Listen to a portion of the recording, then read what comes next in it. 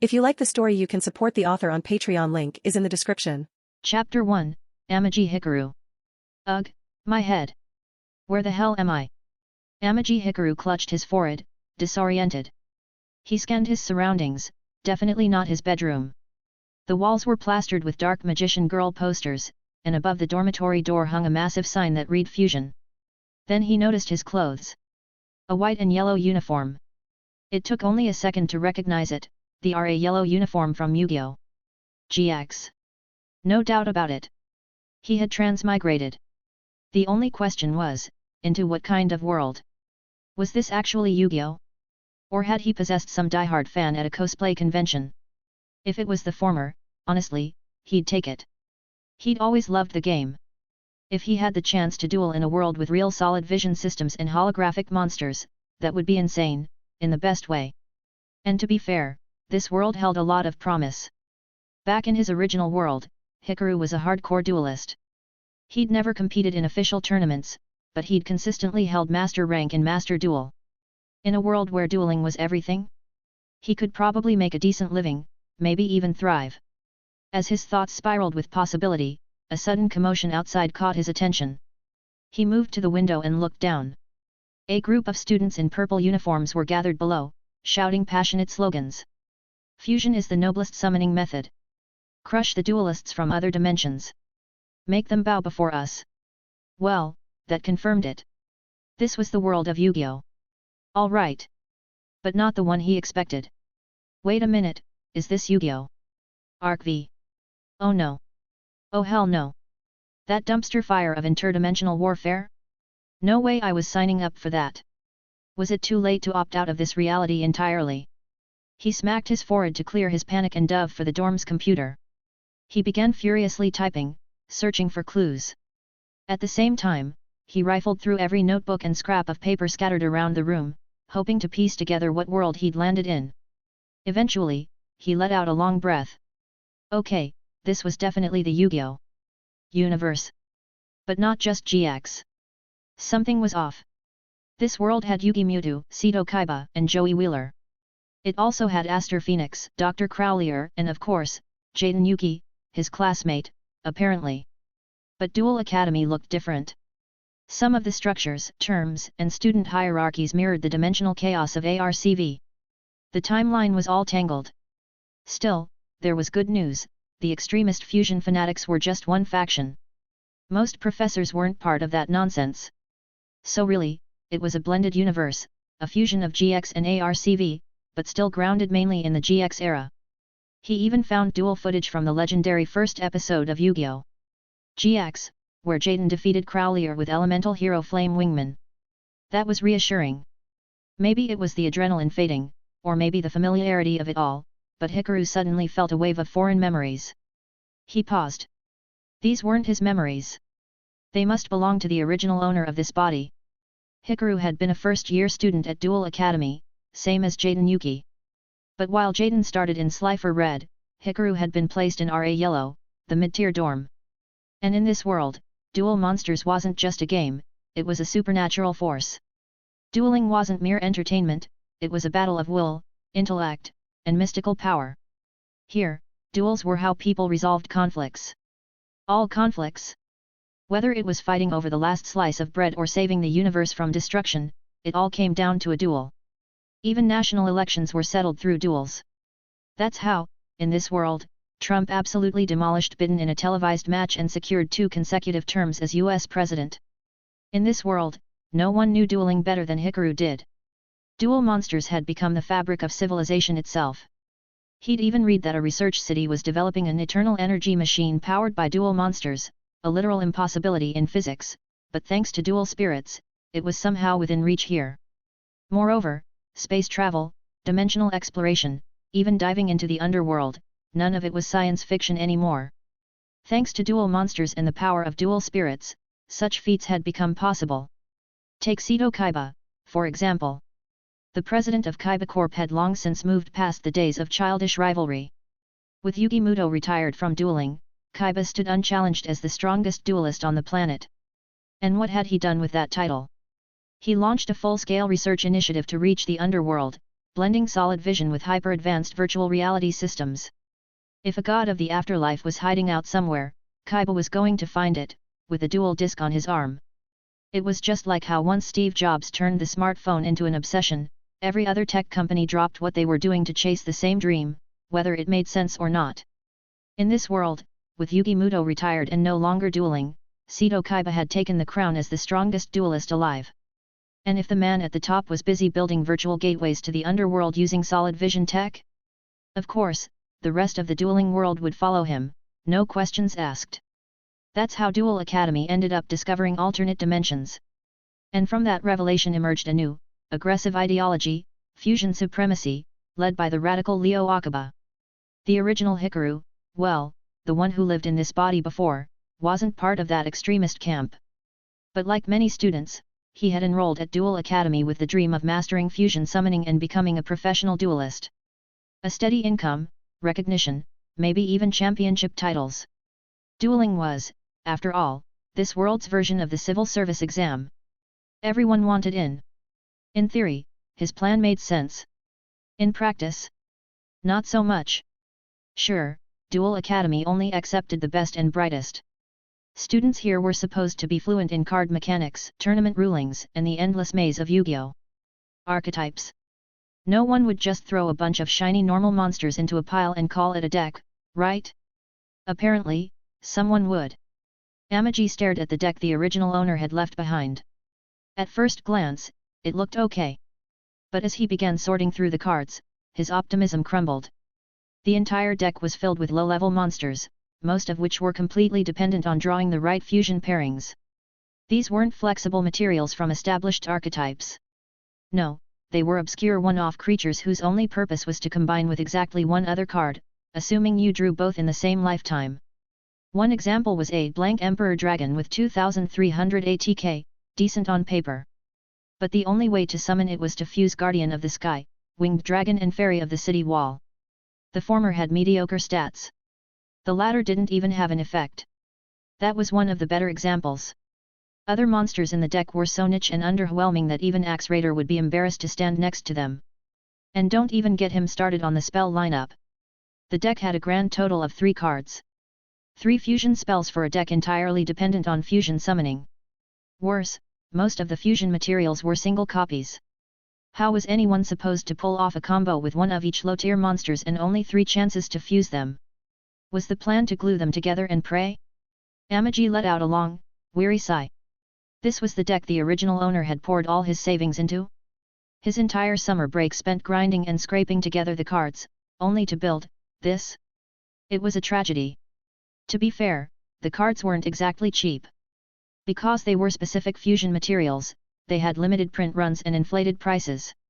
He could imagine the original Hikaru putting in part-time work, scanning every duel forum, trading endlessly just to complete this monstrosity. And somehow, he had actually scraped by and passed the entrance exam into Duel Academy. But from the fragments of memory he'd absorbed, Hikaru was sure of one thing. The original deck could have been built for half the cost, maybe even less, and it would have been twice as effective. Shaking his head, he walked over to the card box, intending to pull out the deck and start reworking it. But the moment he flipped open the lid, he froze. This isn't the original owner's deck. The very first card staring back at him wasn't some low-stat normal monster or obscure fusion material. It was Gem Knight Fusion. Gem Knights? That's a real fusion archetype. A solid one, too. Especially in an environment like this. He quickly rifled through the next card, only for his eyebrows to shoot up again. Red Eyes Fusion. Wait, what? He flipped to the next card. Then the next. Then the next. And the deeper he went, the more confused and stunned he became. Fossil Fusion, Aroma Blend, Melodious Concerto, Earthbound Fusion, Diffusion, Fusion Destiny, Cybernetic Zone, Fusion Gate, Branded Fusion. What in the hell kind of deck was this? He flipped through one card after another. Every single card in his deck had been replaced with a fusion card. All the spell and trap cards that could fusion summon monsters were there. In fact, after seeing one particular card, he sucked in a breath of cold air. Even this one. The ultimate, most powerful fusion card. Super Polymerization. Chapter 2, I must join the fusion army immediately. Super Polymerization. Anyone who's ever watched Yu-Gi-Oh! GX or played the game seriously has heard those two words.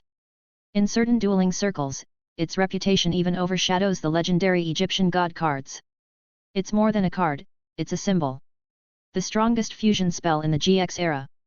Amaki Hikaru stared at the card in his hand, and for a moment. Super Polymerization, in the original anime, was absurdly overpowered. It didn't just fuse monsters. It could fuse dimensions. It could forcibly merge humans and dual spirits into one entity. It was the apex of fusion magic, so broken, it made even the ancient spells used to summon the sacred beasts look like stage tricks. Hikaru didn't hesitate. He snatched up the nearby dual disc, slid Super Polymerization into the spell and trap zone, and activated it. The disc whirred to life. It worked. It actually activated. He stared, wide-eyed. Then his gaze shifted to the desk beside him. He hesitated.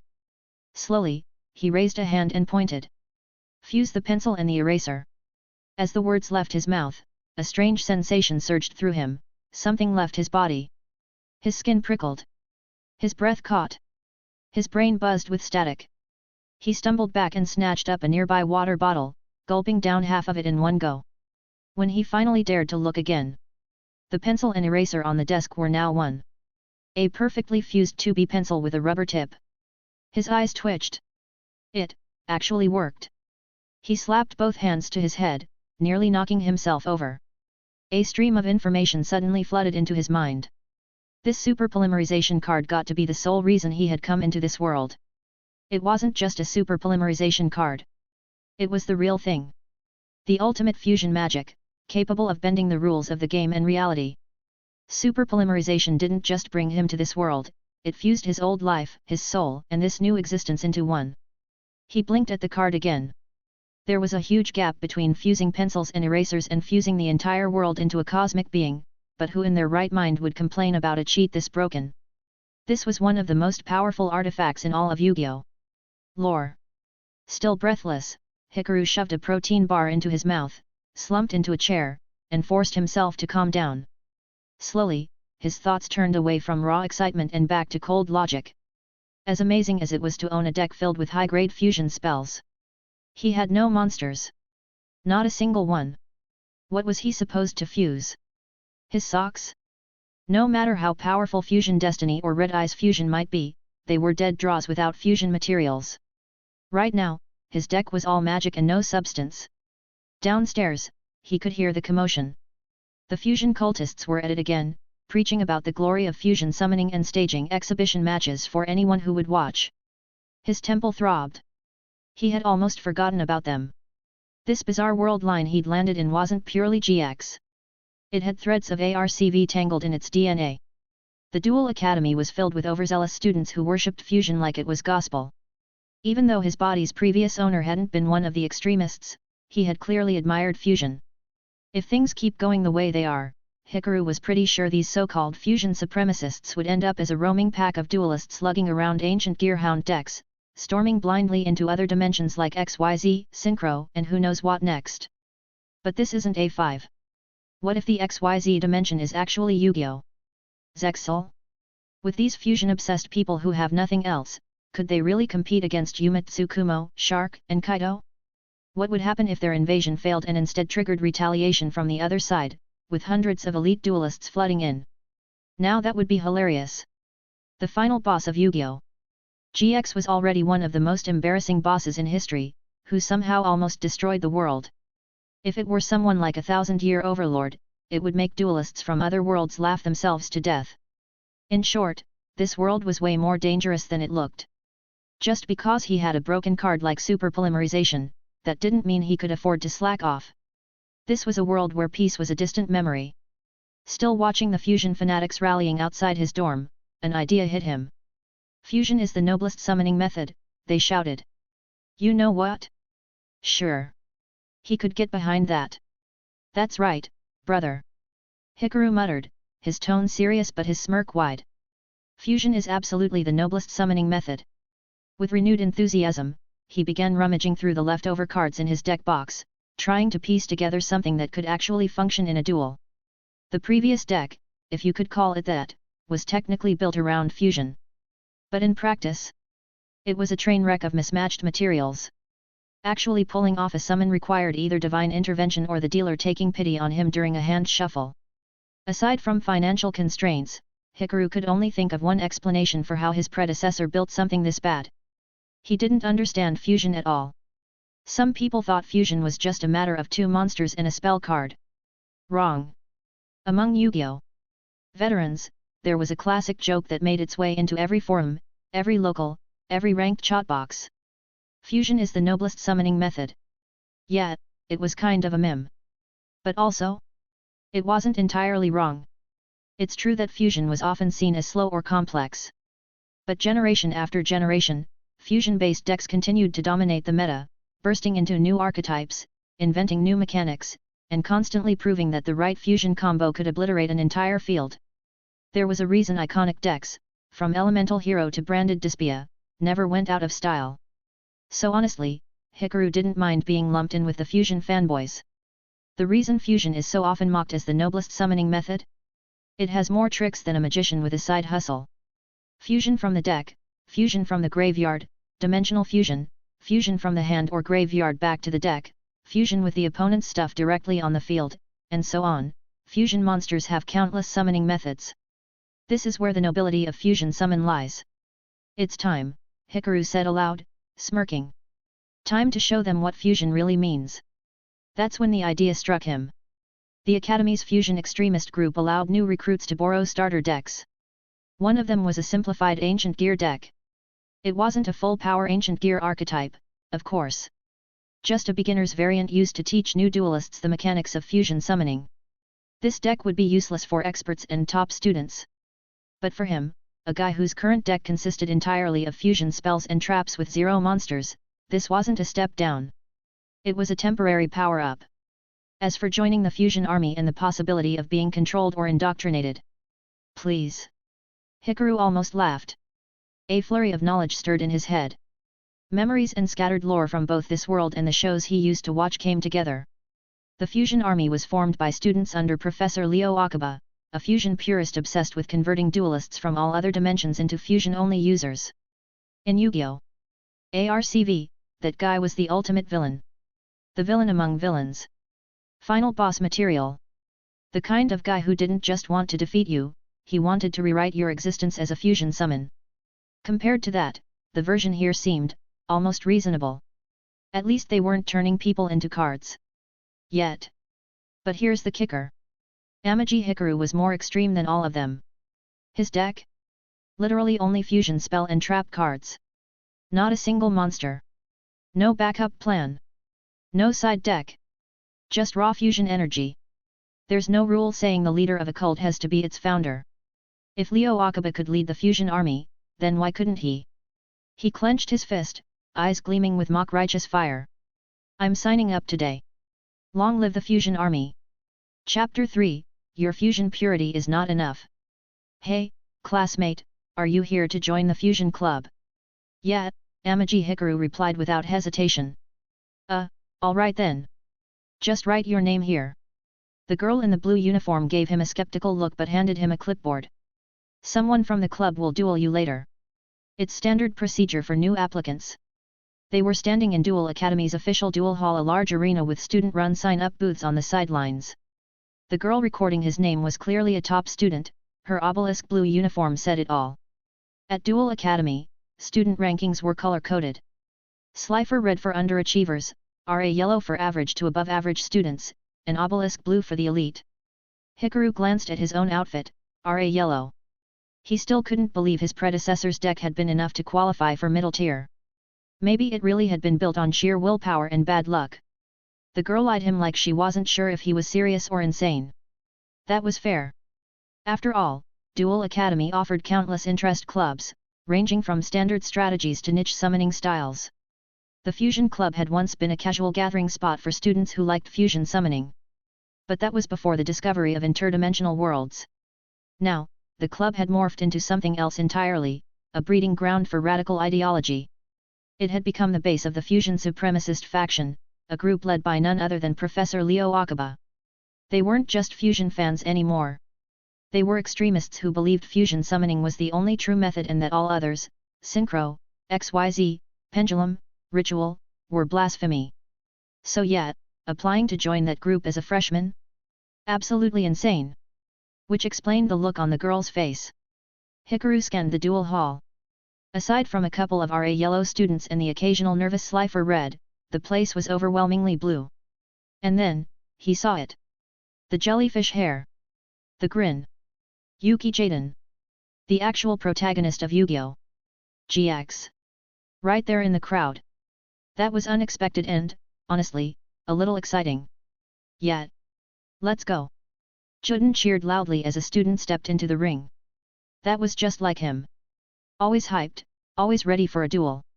He probably wouldn't join a fusion cult, though Jaden liked fusion, sure, but not worship. He'd laugh off the whole fusion is the only summoning doctrine and keep playing his hero deck anyway. Hey!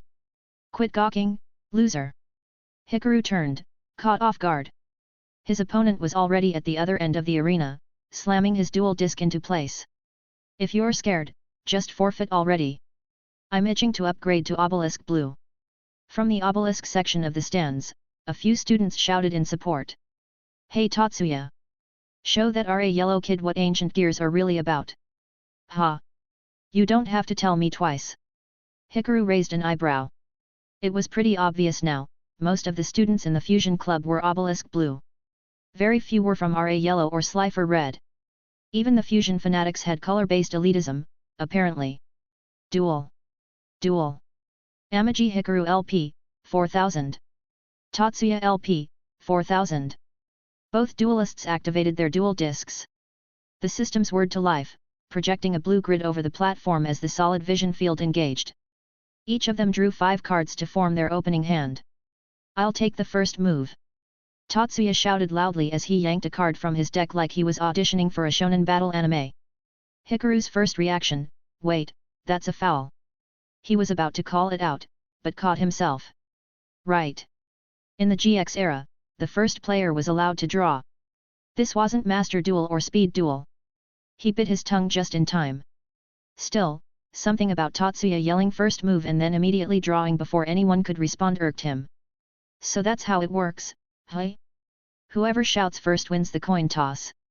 If that's the rule here, he figured he'd better practice his reaction speed. Imagine always going first, now that would be a real advantage. Tatsuya looked down at his cards, grinned, and barked out his next move like a theater actor on opening night. I activate the spell card Fusion Sage. He held the card up with dramatic flair, grinning smugly. This card allows me to add 1 fusion card from my deck to my hand. Gasps rippled through the crowd. He got fusion right at the start. Haha, that RA yellow kid is finished. Around the edges of the arena, a cluster of fusion club students in customized purple uniforms started cheering. Apparently, joining the club earned you a sense of superiority and bad fashion taste. ARA yellow trying to join the fusion club? What a joke. Ancient gears are a deck only we Obelisk students can handle. That's right. Our professor is Dr. Crowlier himself. And just because he lost one time to a Slifer doesn't mean any random mid-tier can challenge our reputation. They were all shouting over each other, voices filled with smug energy. In the front row of the stands, a heavily made-up man in a long-tailed blue coat buried his face in his hands. Good grief! Yes, that was Dr. Crowlier, their so-called responsible professor. Even he looked embarrassed by his students. This was normal behavior at least, for Dr. Velian Crowlier. Although he wasn't exactly a supporter of the current Fusion Club's extremist ideology, the fact remained, their standard deck was based on his beloved Ancient Gear archetype. And as the world's foremost Ancient Gear specialist, he couldn't help but observe which students were given the honor of using his creation. But the moment he heard the chatter from the Obelisk students in the crowd, his expression soured. His fingers clenched a silk handkerchief, biting into it through gritted teeth as he muttered, "Just watch the duel, just watch the duel." Back on the field, Tatsuya kept up the theatrics. I normal summon, Ancient Gear Knight. Amaki Hikaru blinked. As Tatsuya placed the card on his dual disc, a hulking, rust-colored machine burst onto the solid vision battlefield. Its iron-plated frame held a cannon in one hand and a shield in the other. Ancient Gear Knight. Level 4/Earth/ATK 1800. This monster attacks without activating your opponent's spells or traps until the end of the damage step. The first monster of the duel. Ancient Gear. Muttered several RA yellow and Slifer red students in the crowd. Confused expressions spread. You already have an Ancient Gear deck, so why are you even participating in the Fusion Club's entry match? Hikaru turned his head toward the Fusion Club members. They were already chuckling among themselves, as if the outcome of the duel had already been decided. A monster with 1800 attack right off the bat? Awesome! Jaden shouted from the stands with genuine enthusiasm. Yet, getting fusion early and summoning an 1800 ATK wall on the first turn, Tatsuya's first turn is solid. Now, all he needs are the other fusion materials. We were right to lend our decks to those Slifer red students. The purple-clad Fusion Club members were practically shouting their commentary on purpose, eager to assert their dominance in front of the lesser dorms. End turn, Tatsuya declared, sneering with confidence. Hikaru just stared blankly. That's it. That's the end of your turn. This guy was giving him way too much room to work with. What's wrong? Scared? Tatsuya laughed smugly. If you're trembling already, feel free to surrender now. Fusion isn't something just anyone can wield. Hikaru's eyebrow twitched. He tilted his head, lips curling slightly at the corner. Tisk. That was your big opening. No back row. No backup plan. Just one monster on the field with 1800 ATK. Not even a set trap. Even Axe Raider would have had the decency to throw on a blast with chain or something. If Tatsuya had at least set limiter removal, Hikaru might have given him a little credit. He shook his head gently and spoke with a calm, almost conversational tone. Hey! What? Tatsuya blinked. Hikaru smiled. I realized something after a long time studying this game. Hey! The more people obsess over fusion, the less they understand it. Tatsuya's eyebrows knitted together. Because everyone's always chasing after materials, searching, hoarding, planning. Just like you. You drew fusion, but all you did was stick it in your hand and normal summon something. Hikaru's voice rang out cold and sharp. With that kind of mindset, what makes you think you deserve to join the fusion army? Gasps rippled through the audience. Fusion is supposed to be the noblest form of summoning, he continued, eyes narrowing. Every extra, unnecessary action you take? That's an insult to fusion. What did you say? Tatsuya snapped, completely caught off guard. Even some of the fusion department students in the stands looked stunned. A few blinked hard, glancing at each other. Did he just say it's disrespectful to fusion to take extra steps? Bro, we just like fusion, you're talking like a cult leader. Hikaru didn't wait for their reactions. He raised his dual disc with practiced calm. My turn. Draw. He looked down at his hand. 6 spell cards. Not a single monster. He almost cursed, but stopped himself. If this were Master Duel, I'd be dead. But here? He smiled. A slow, cold smile that curled across his face like a trigger being pulled. He straightened his back, raised his arm to the sky, and declared. Fusion summoning is the noblest summoning method. So don't waste time, just fuse. I pay 1000 life points and activate the spell card, Instant Fusion. Amaki Hikaru LP, 4000-3000. A glowing magical crest lit up across the field as the solid vision system powered up. I activate its effect, special summon a non-effect fusion monster of level 5 or lower from my extra deck. He slammed a card into his extra monster zone. I fusion summon, Brachioratus. From the depths of the extra deck, a blue, serpentine dinosaur roared into existence. Its body rippled with prehistoric strength as it materialized on the field in a swirl of energy and light. Brachioratus. Brachioratus level 6 water dinosaur type 2200 ATK fusion. There was a full second of stunned silence. Wait, he didn't use any materials. A student blurted. He just paid 1000 LP and summoned it directly. Another muttered. Even Jaden leaned forward in amazement. Whoa!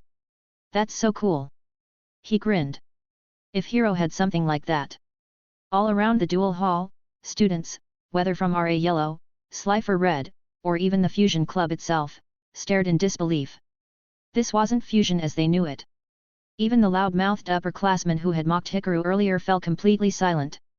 Even Professor Crowlier, who had slouched in his seat with no intention of paying attention to the duel, snapped to attention the moment Brachioratus hit the field. The flicker of disbelief in his eyes mirrored the shockwave running through every fusion student in the stands. So, fusion can be played like this. Chapter 4, Can Humans Fight with Just Fusion? Many students were completely bewildered as the Brachioratus suddenly appeared on the field. They were still stuck in the mindset of summoning monsters one by one, waiting to gather the necessary fusion materials in hand before performing a fusion summon. But this method of fusion summoning with a single card like he just did, they had never seen anything like it. A monster special summoned with ready fusion can't attack and will be destroyed at the end of the turn, Hikaru added. Hearing that, Tatsuya let out a breath of relief. I thought it was something crazy. If it's just going to be destroyed at the end of the turn, then even with 2200 ATK, it's nothing special. That wasn't exactly wrong. Without effects and unable to attack, even the strongest monster was just for show. Don't be so hasty. Hikaru raised his remaining hand cards. I still have 5 cards in my hand. Hey! Tatsuya's face twisted in shock. Don't tell me. That's right. They're all fusion. A fanatical grin spread across Hikaru's face. As everyone watched, stunned, he drew another card from his hand. I activate the normal spell, Metamorphosis. I can tribute a monster on my field, and from my extra deck, I can special summon a fusion monster of the same level. I tribute Brachioratus, and from the extra deck, I special summon, Golden Mammoth. Thursday Doom. Brea. A massive golden mammoth, lacking flesh and blood, replaced Brachioratus, appearing on S field as though evolving from its predecessor. Golden Mammoth Dark Zombie 2200 ATK Fusion. This. Another fusion monster summoned without any materials. Jaden jumped up in excitement. That's so cool. Special summoning a fusion monster of the same level directly from the extra deck. At first, Crowlier was just shocked when he saw ready fusion. But after seeing Metamorphosis, he was no longer just shocked, he was absolutely horrified. As a veteran duelist who had been teaching for years, he immediately recognized that this was a fusion card far more absurd than he had ever imagined. Of course, that was only natural. Hikaru stared at the summoned mammoth, his mind recalling the card Metamorphosis. In his world, this card was banned. And not just recently, it had been on the ban list for over a decade. As an old-school player, even he had barely gotten the chance to use this spell card a few times. Now, being able to use it in this real-world duel monsters setting with actual solid vision holograms, he had to admit, it felt pretty damn good. Too bad, though. If he could, he would have much rather used this card to special summon something like Cyber Twin Dragon, Cyber End Dragon, or Chimera Attack Over Dragon. That'd be way cooler than summoning a Golden Mammoth. But unfortunately, his extra deck didn't have those kinds of monsters. As mentioned before, his previous self's main deck had been entirely converted into a fusion deck. Although he had managed to tweak it slightly and add a few monsters, the deck still had to be 40 cards, which meant it was overwhelmingly filled with spell cards. The good news was that his fusion cards included some seriously powerful effects. Ready Fusion and Metamorphosis were both legendary cards that had long been infamous on ban lists. This turn, although he didn't draw instant fusion, Ready Fusion could also be considered a monster card and a substitute nerfed version of instant fusion in his deck. The bad news was that his extra deck was utterly tragic. Whether it was Brachioratus or Golden Mammoth, normally fusion summoning them would be a massive waste of resources trading 3 cards just to summon a 2200 ATK monster. That was worse than just stuffing his deck with Goblin attack force. But there was no helping it. Super Polymerization didn't exactly gift him a better extra deck. Besides, even fusion monsters with no effects could have their uses. I activate the equip spell card, Spirit Illusion. Hikaru wasn't in the mood to stall. He needed to join the fusion club quickly, so he pressed forward without hesitation, activating another spell card. An equip spell? Does that count as fusion too? Despite Tatsuya already being shaken by Hikaru's back-to-back fusion summons, he still refused to back down. Seeing Hikaru activate an equip spell, he immediately shouted, "And you call this only fusion? How dare you?" "Relax," Hikaru shook his head, raising the equip spell card in his hand before explaining. Spirit Illusion is an equip spell that can only be equipped to level 5 or higher fiend or zombie-type monsters. Once equipped, I can activate its first effect once per turn, I can use a monster from my hand or field as fusion material to perform a fusion summon. An equipped spell that lets you fusion summon. Jaden was so excited he nearly jumped down from the stands to take a closer look at the card. Also, Hikaru continued, there's a second effect. Instead of fusion summoning, I can choose to special summon a doppelganger token with the same type, attribute, and ATK as the equipped monster. Come forth, doppelganger token. A dark shadow emerged from Golden Mammoth, enveloping it like a mist. The shadow then peeled away, slowly drifting to the side before twisting and morphing into a pitch-black giant elephant. Doppelganger token level 5 Dark Zombie 2200 ATK token. Again. Tatsuya was at a loss for words. At this point, he had only one thought left in his mind. Damn it. Even so, it doesn't matter. As long as I survive until my next turn, I can gather my fusion materials and summon the Labyrinth Heavy Tank with 2400 ATK. There won't be a next turn. Hikaru's eyes flashed, his right hand slashing through the air as he shouted. Battle phase. Golden Mammoth attack Ancient Gear Knight, and I activate the effect of Spirit Illusion. When the equipped monster declares an attack, I can activate this effect. The opponent's monster loses ATK equal to the equipped monster's ATK. Dark mist coiled around the robot, and in an instant, its body was covered in rust and corrosion. Ancient Gear Knight, ATK 1800. He was doomed. Tatsuya stared at his knight, now reduced to 0 attack points, his heart sinking into despair. It's over. He had been defeated by someone who only had fusion spells. Could it be? Could it be that? The skeletal mammoth crashed through, sending the robot flying and, as if adding insult to injury, slammed straight into Tatsuya as well. Could it be that fusion is really meant to be played this way? Another round of thundering hooves. Thud. Just like he had truly been trampled by a massive elephant, Tatsuya was sent flying, landing flat on the ground. He stared blankly at the sky as if questioning his entire reality. You played well. I look forward to our next duel, Hikaru said instinctively. For some reason, the moment he won, he felt a strange surge of energy flow into his body, making him feel just a little bit stronger than before. He lost. Even though we gave him a solid deck. Is it actually possible for a duelist to win using nothing but fusion? Does this even make sense? The surrounding students exchanged bewildered glances. Even some of the fusion club members were scratching their heads. They believed that fusion is the most noble way to summon, but wasn't this a bit too extreme? That was a beautiful win. What an exciting duel. On the other side, Jaden had already stood up, clapping excitedly and cheering for Hikaru. He felt that, after today, he had learned so much. Metamorphosis. He wanted to try it out himself. Not bad. Although he's from the yellow dorm, if he wants to use the ancient gear deck, that's fine, Professor Crowlier couldn't help but nod in approval. Moreover, Hikaru had said, fusion is the most noble way to summon, and any means other than fusion is unnecessary. Looking at it this way, he could see that, in wanting to use the ancient gear deck, was truly on the same level. My goodness, what insight!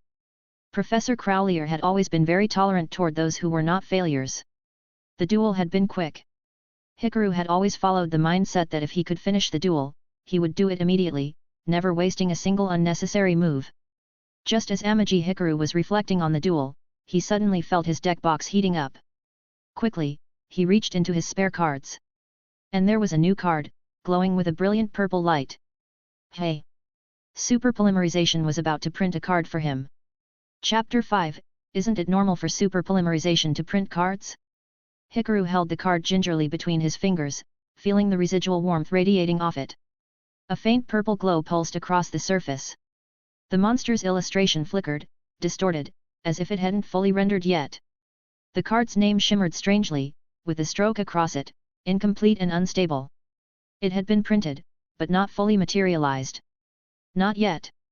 Super Polymerization. The end of all fusions. The final word. It was the ultimate fusion spell, capable of bypassing effects, defenses, and even the opponent's will.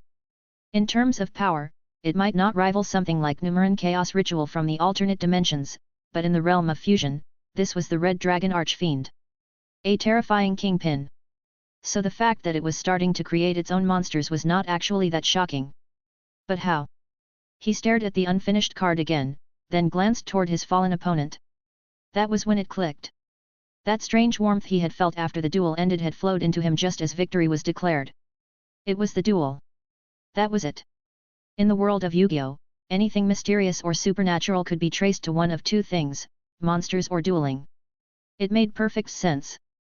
As long as he kept dueling, super polymerization would slowly generate fusion monsters for him. Almost like it was feeding off the energy of victory.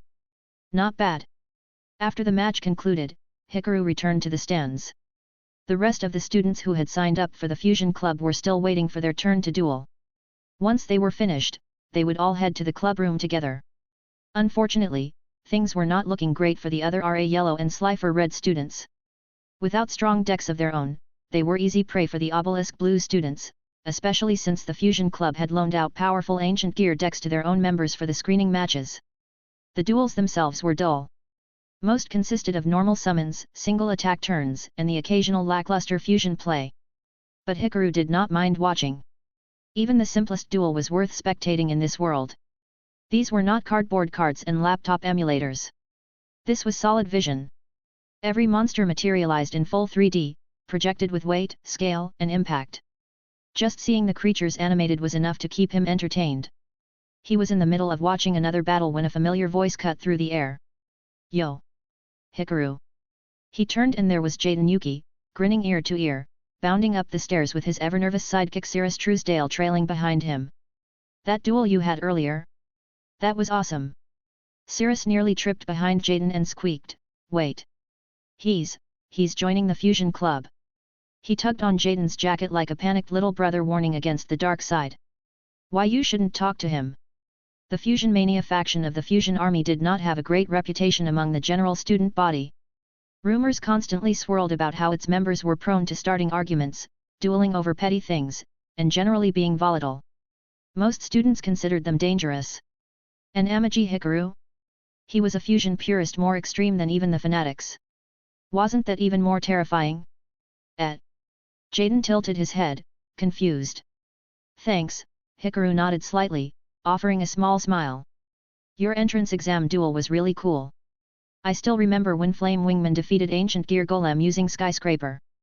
That moment stuck with me. He meant it. More than a decade had passed since Hikaru had first watched Yu-Gi-Oh!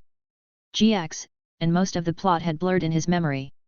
But that scene, Flame Wingman diving through the skyscrapers, cleaving through the gear-bound behemoth, remained as vivid as ever.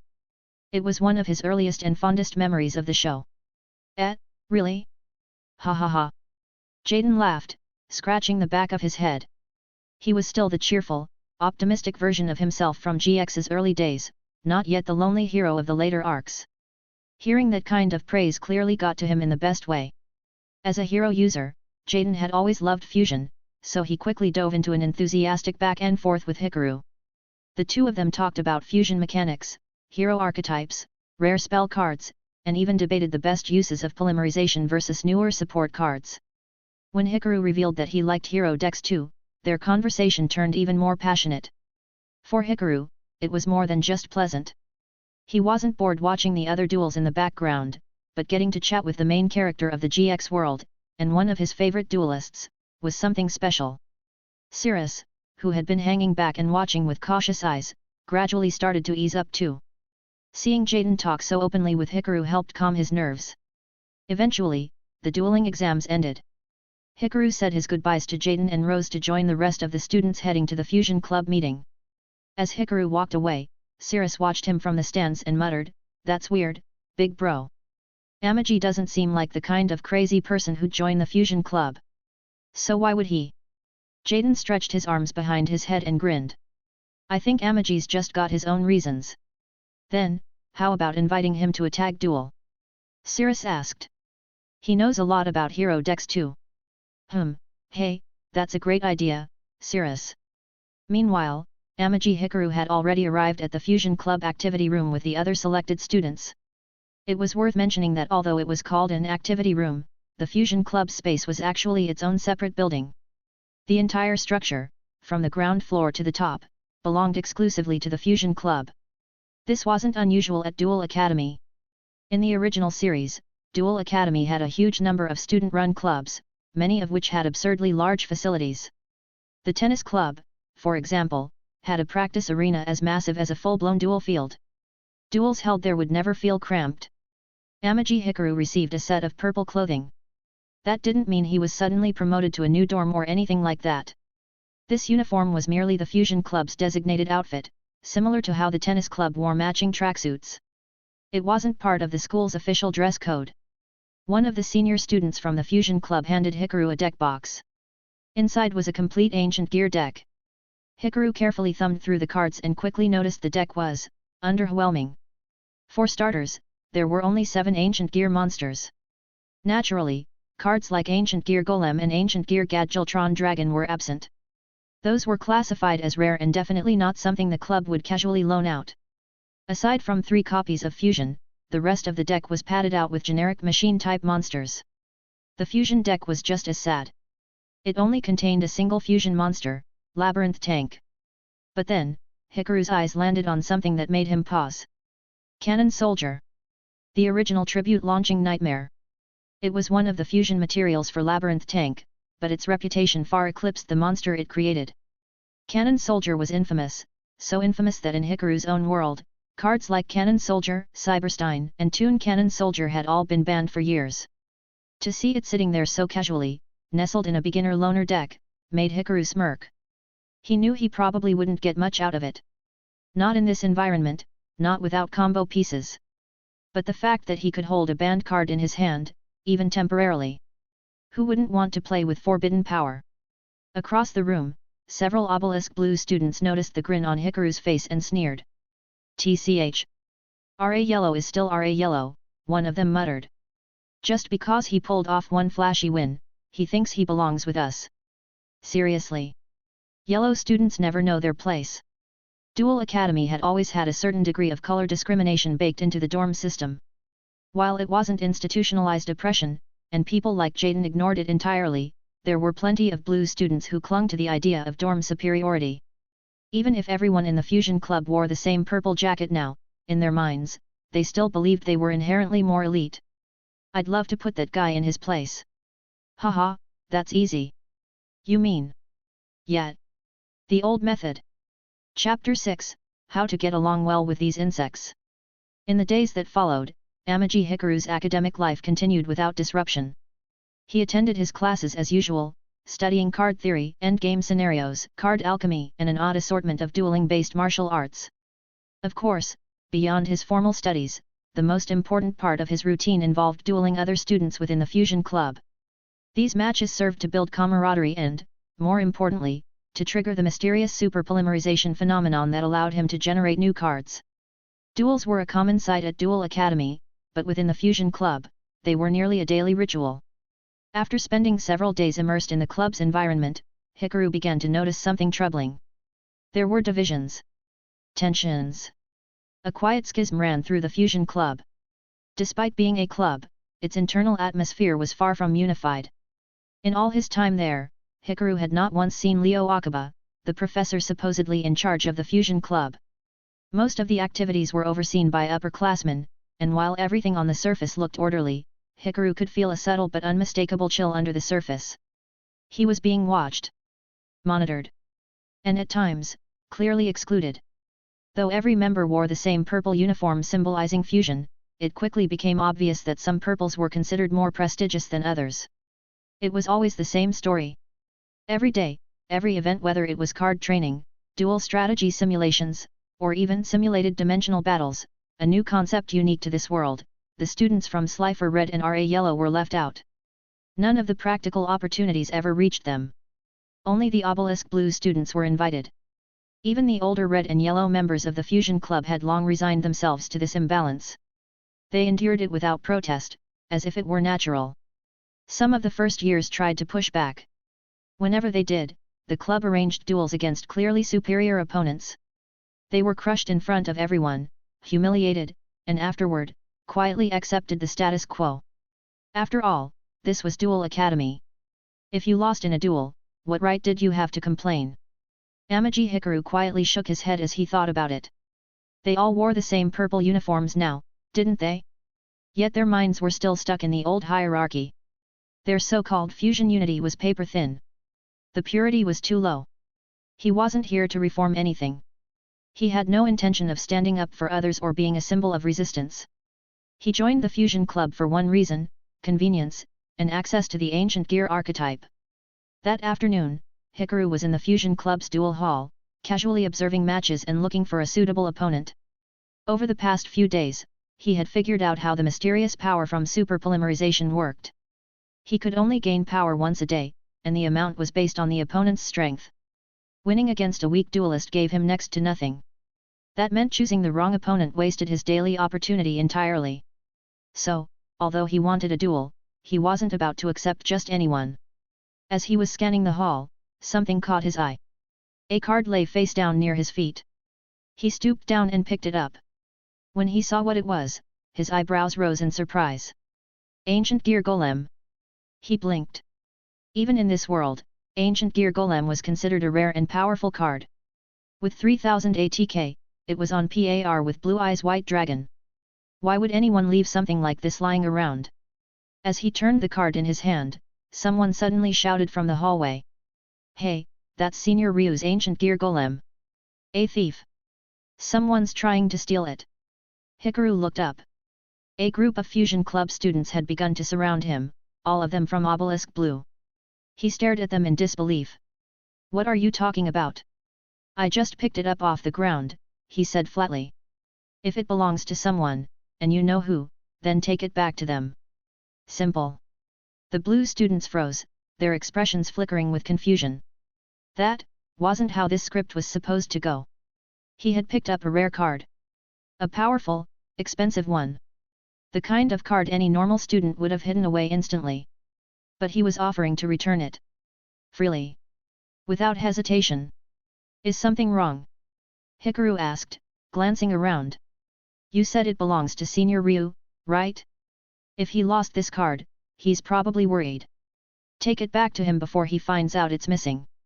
Hikaru didn't immediately assume it was some kind of trap. He simply put himself in someone else's shoes. If he lost one of his valuable cards, he would be worried too. So, without hesitation, he stepped forward, card in hand, ready to return it. "I heard the thief who stole the card has been found." The voice came cold and sharp. A tall student approached, his uniform neatly pressed and an epaulet on his shoulder marking him as a senior. He carried himself with an arrogant presence that immediately drew attention. Hikaru raised the card slightly. "Are you Senior Ryu?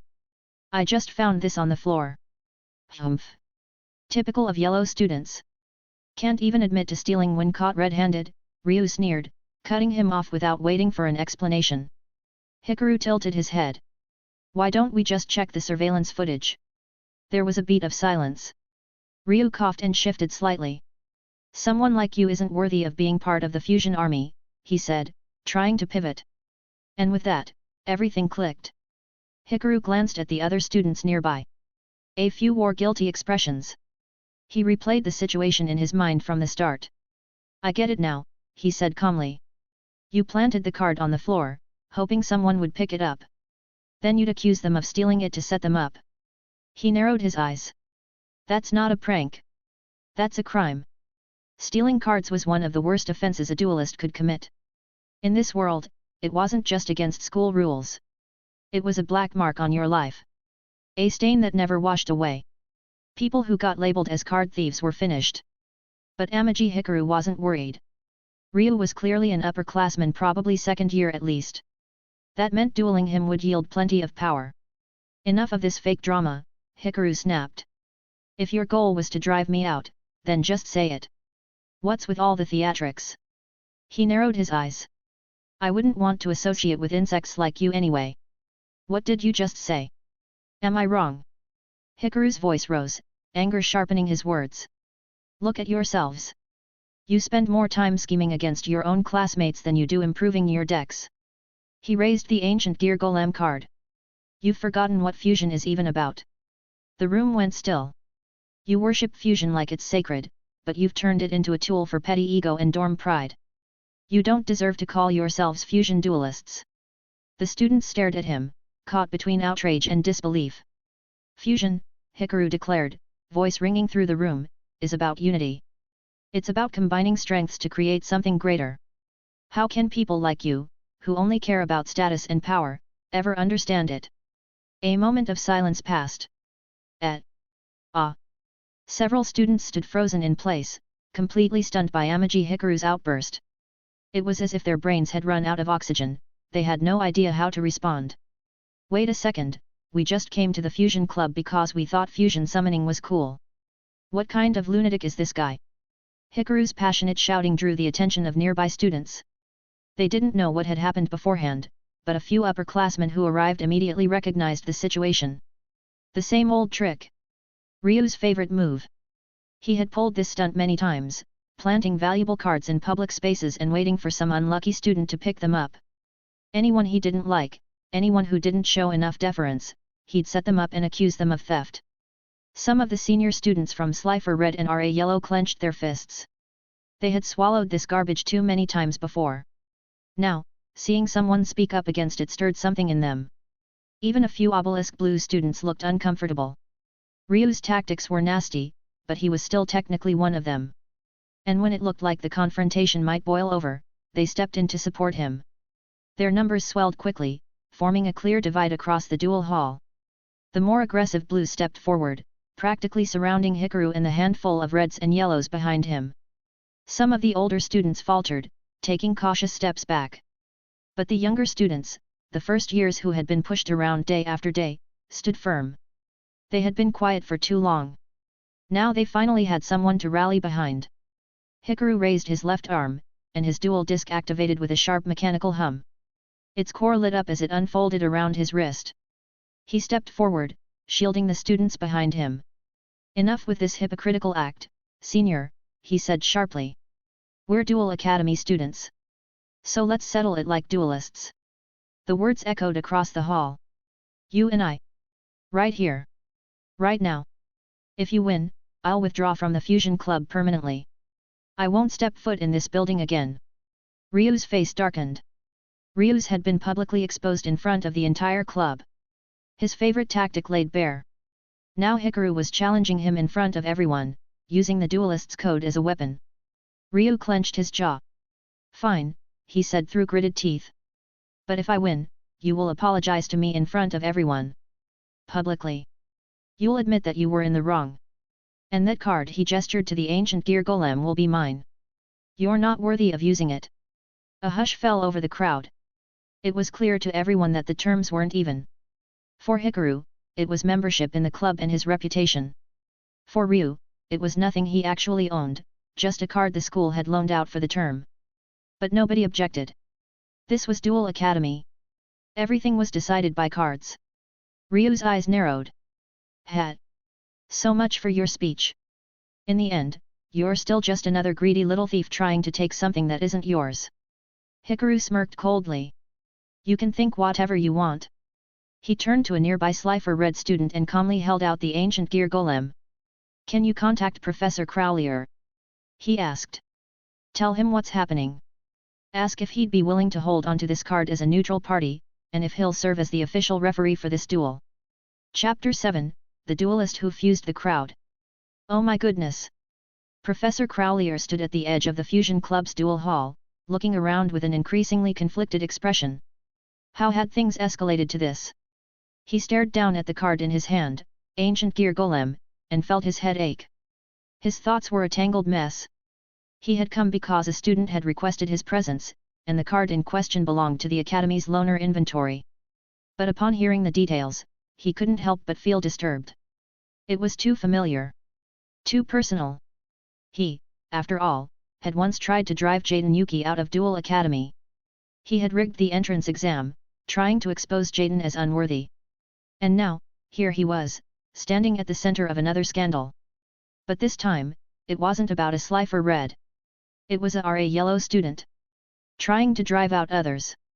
For personal reasons. The parallel made him uneasy. He had done it out of pride. His loss to Jaden had embarrassed him, so he had lashed out. Was this what it looked like from the outside? Was this what his students had seen? He clenched the ancient gear golem card unconsciously. And yet, Amaki Hikaru had never once tried to defend himself. No protests. No justifications. The boy had immediately called for a duel. Was that faith in his own innocence? Or something else? Professor? Can we begin? Hikaru's voice pulled him out of his thoughts. Crowley blinked and looked up. Both duelists were standing in the center of the hall, dual discs activated and ready. Students from all 3 dorms had gathered, watching in tense silence. Why yes, he coughed, straightening his posture. As a faculty member of Duel Academy, I will act as witness to this match. He raised a hand. Begin the duel. Duel. Amaki Hikaru LP, 4000. Ryu LP, 4000. Ryu smirked, radiating confidence. As your senior, I'll be generous and let you go first. Ryu had already figured out Hikaru's strategy. His deck was overloaded with fusion spells and utility cards.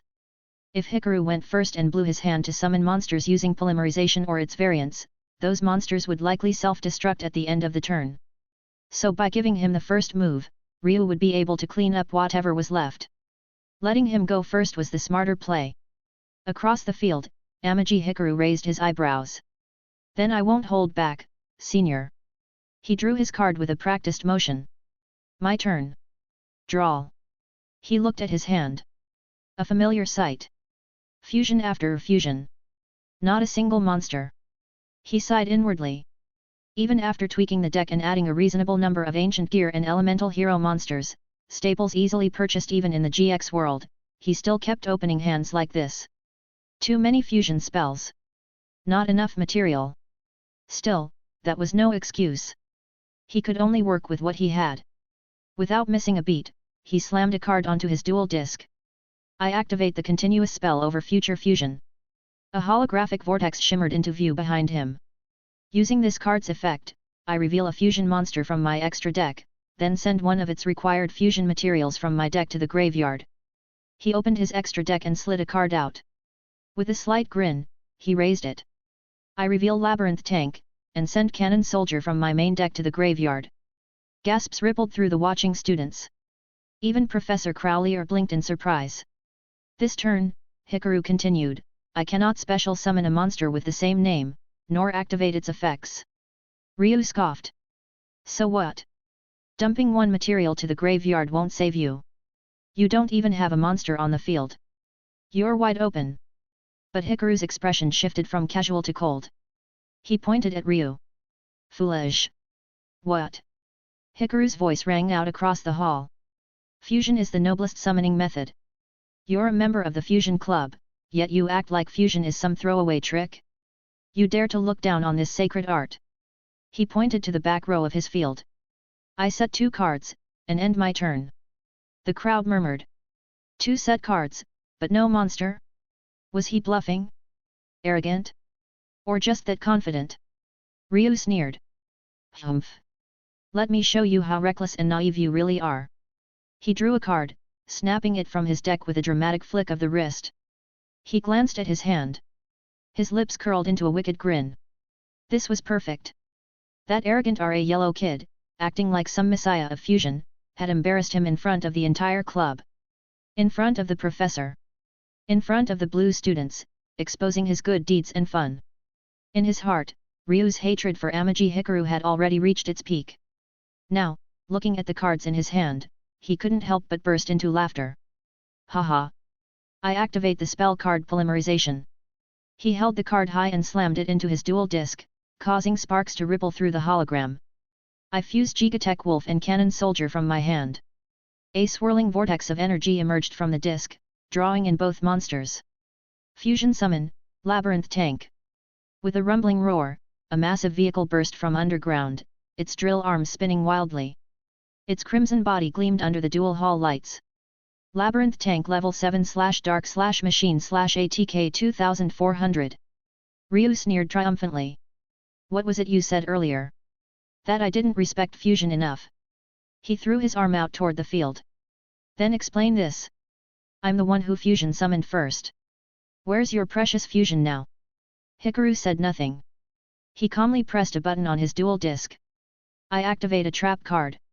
A trap? Ryu snorted. Didn't you preach that a fusion deck should be made only of fusion cards? What's this backpedaling? He laughed mockingly. But Hikaru's eyes flared with intensity.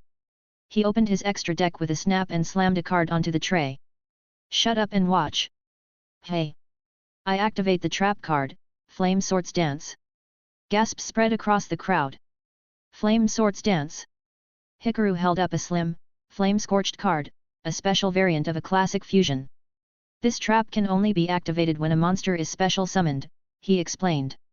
It lets me special summon one Flame Swordsman, or a level 7 or lower fusion monster with its name in the card text, directly from the extra deck. The arena shimmered. A pillar of fire burst into view, and from it emerged a swordsman clad in blazing red armor, great sword at his side. He struck a stance as flames licked across his blade. Flame Swordsman level 5/fire/warrior/ATK 1800. It's really Flame Swordsman. A student shouted. No way, that's the legendary card. Hikaru allowed a small smile. Flame Swordsman, a nostalgic card from the early days of dueling.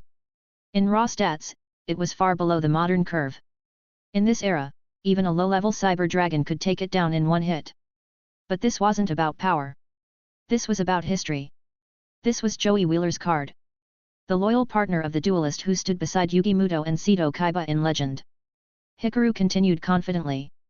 When Flame Swordsman is special summoned by this effect, it can change one face-up monster on the field to face-down defense position. What? Ryu flinched. I'm not letting a fusion monster suffer under your hands. Hikaru pointed. The towering tank was suddenly engulfed by swirling card graphics. A massive card image descended like a curtain, slamming it down flat. The machine groaned as it was forcibly pressed into defense position. The crowd erupted. No way, he used a trap to fusion summon. And it has an effect too.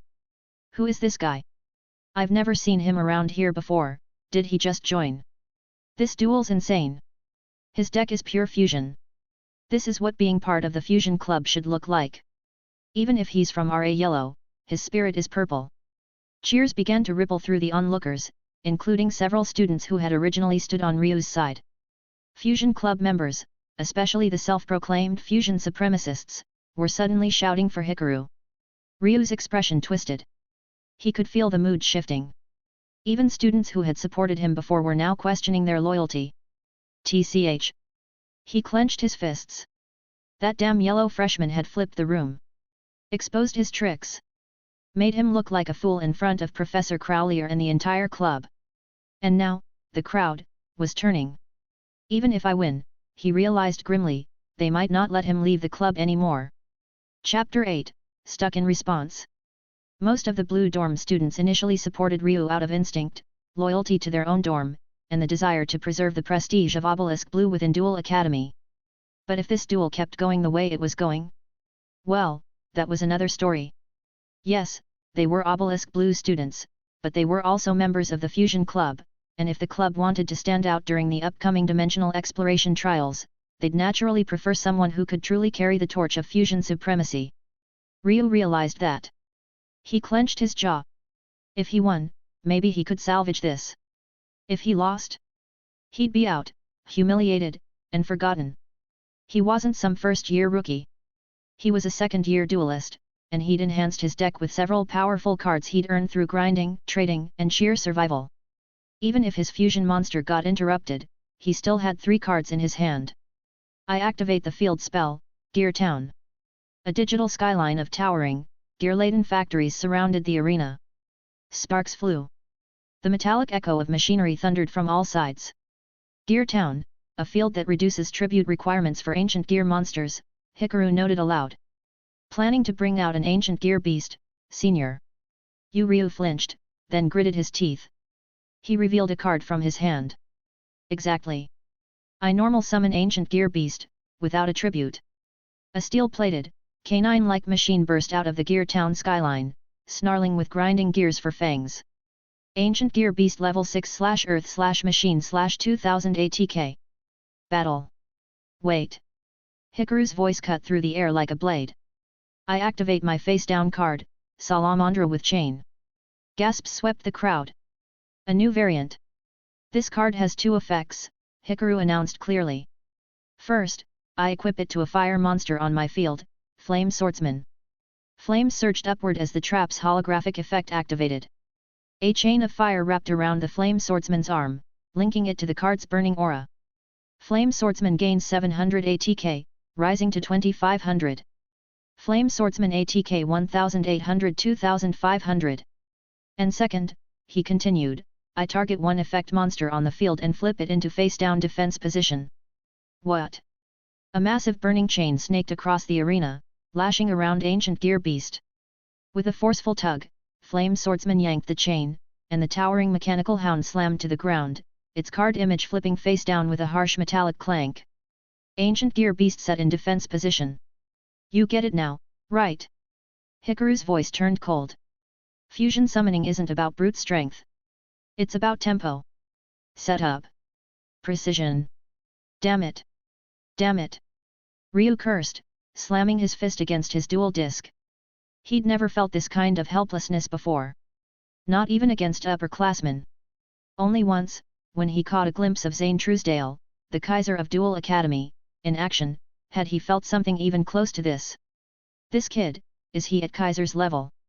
No. Impossible. Kaiser was the pride of Obelisk Blue. That wasn't something just anyone could touch.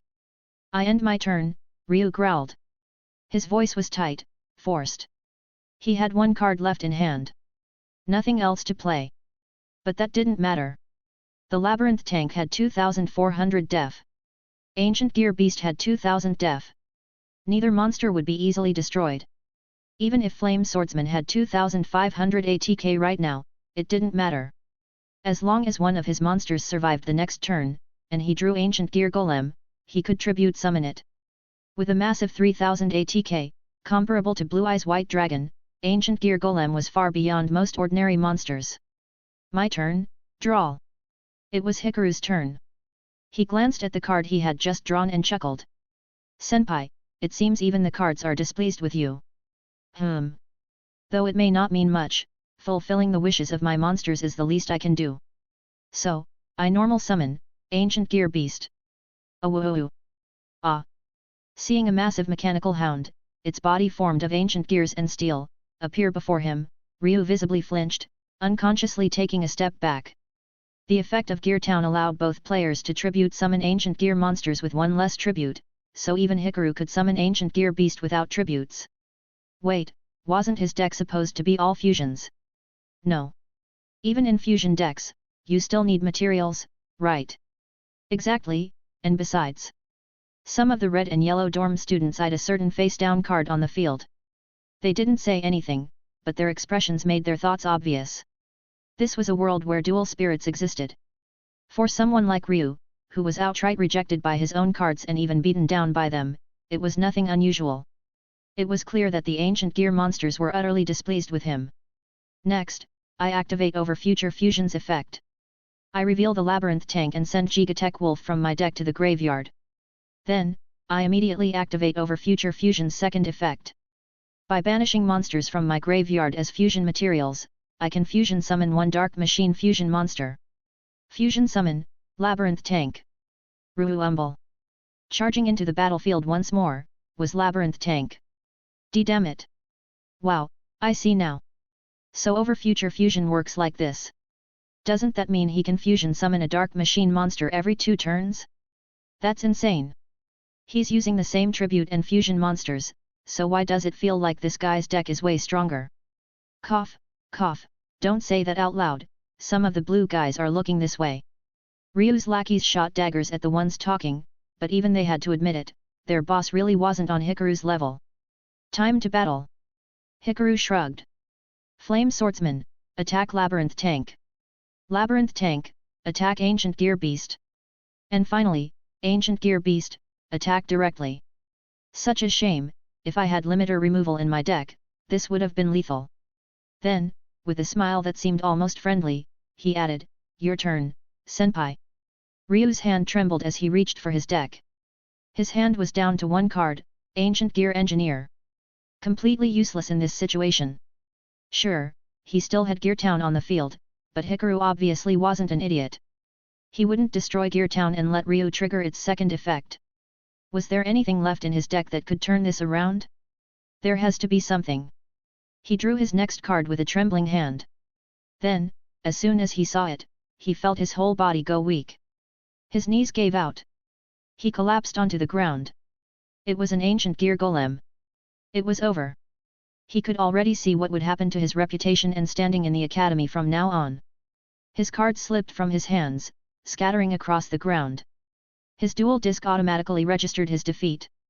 From a distance, Hikaru took one last look at him and let out a small, amused chuckle. "Senpai, weren't you looking for a giant monster? Well, here it is.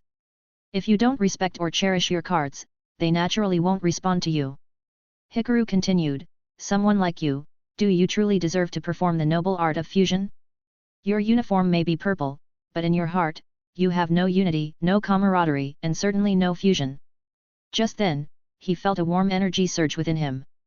He didn't know where it was flowing, but one thing was certain, it was way more than what he got from the entrance test. At least 3 or 4 times as much. If Flame Swordsman took 3 to 4 days to manifest, at this rate, he'd be getting another fusion monster by tonight. Meanwhile, Professor Crowlier had made his way over, stopping before Hikaru. He took a deep breath. "Amaki-kun, your duel was incredibly refined. Truly astonishing. Thank you, Professor. Take this card. Keep it well."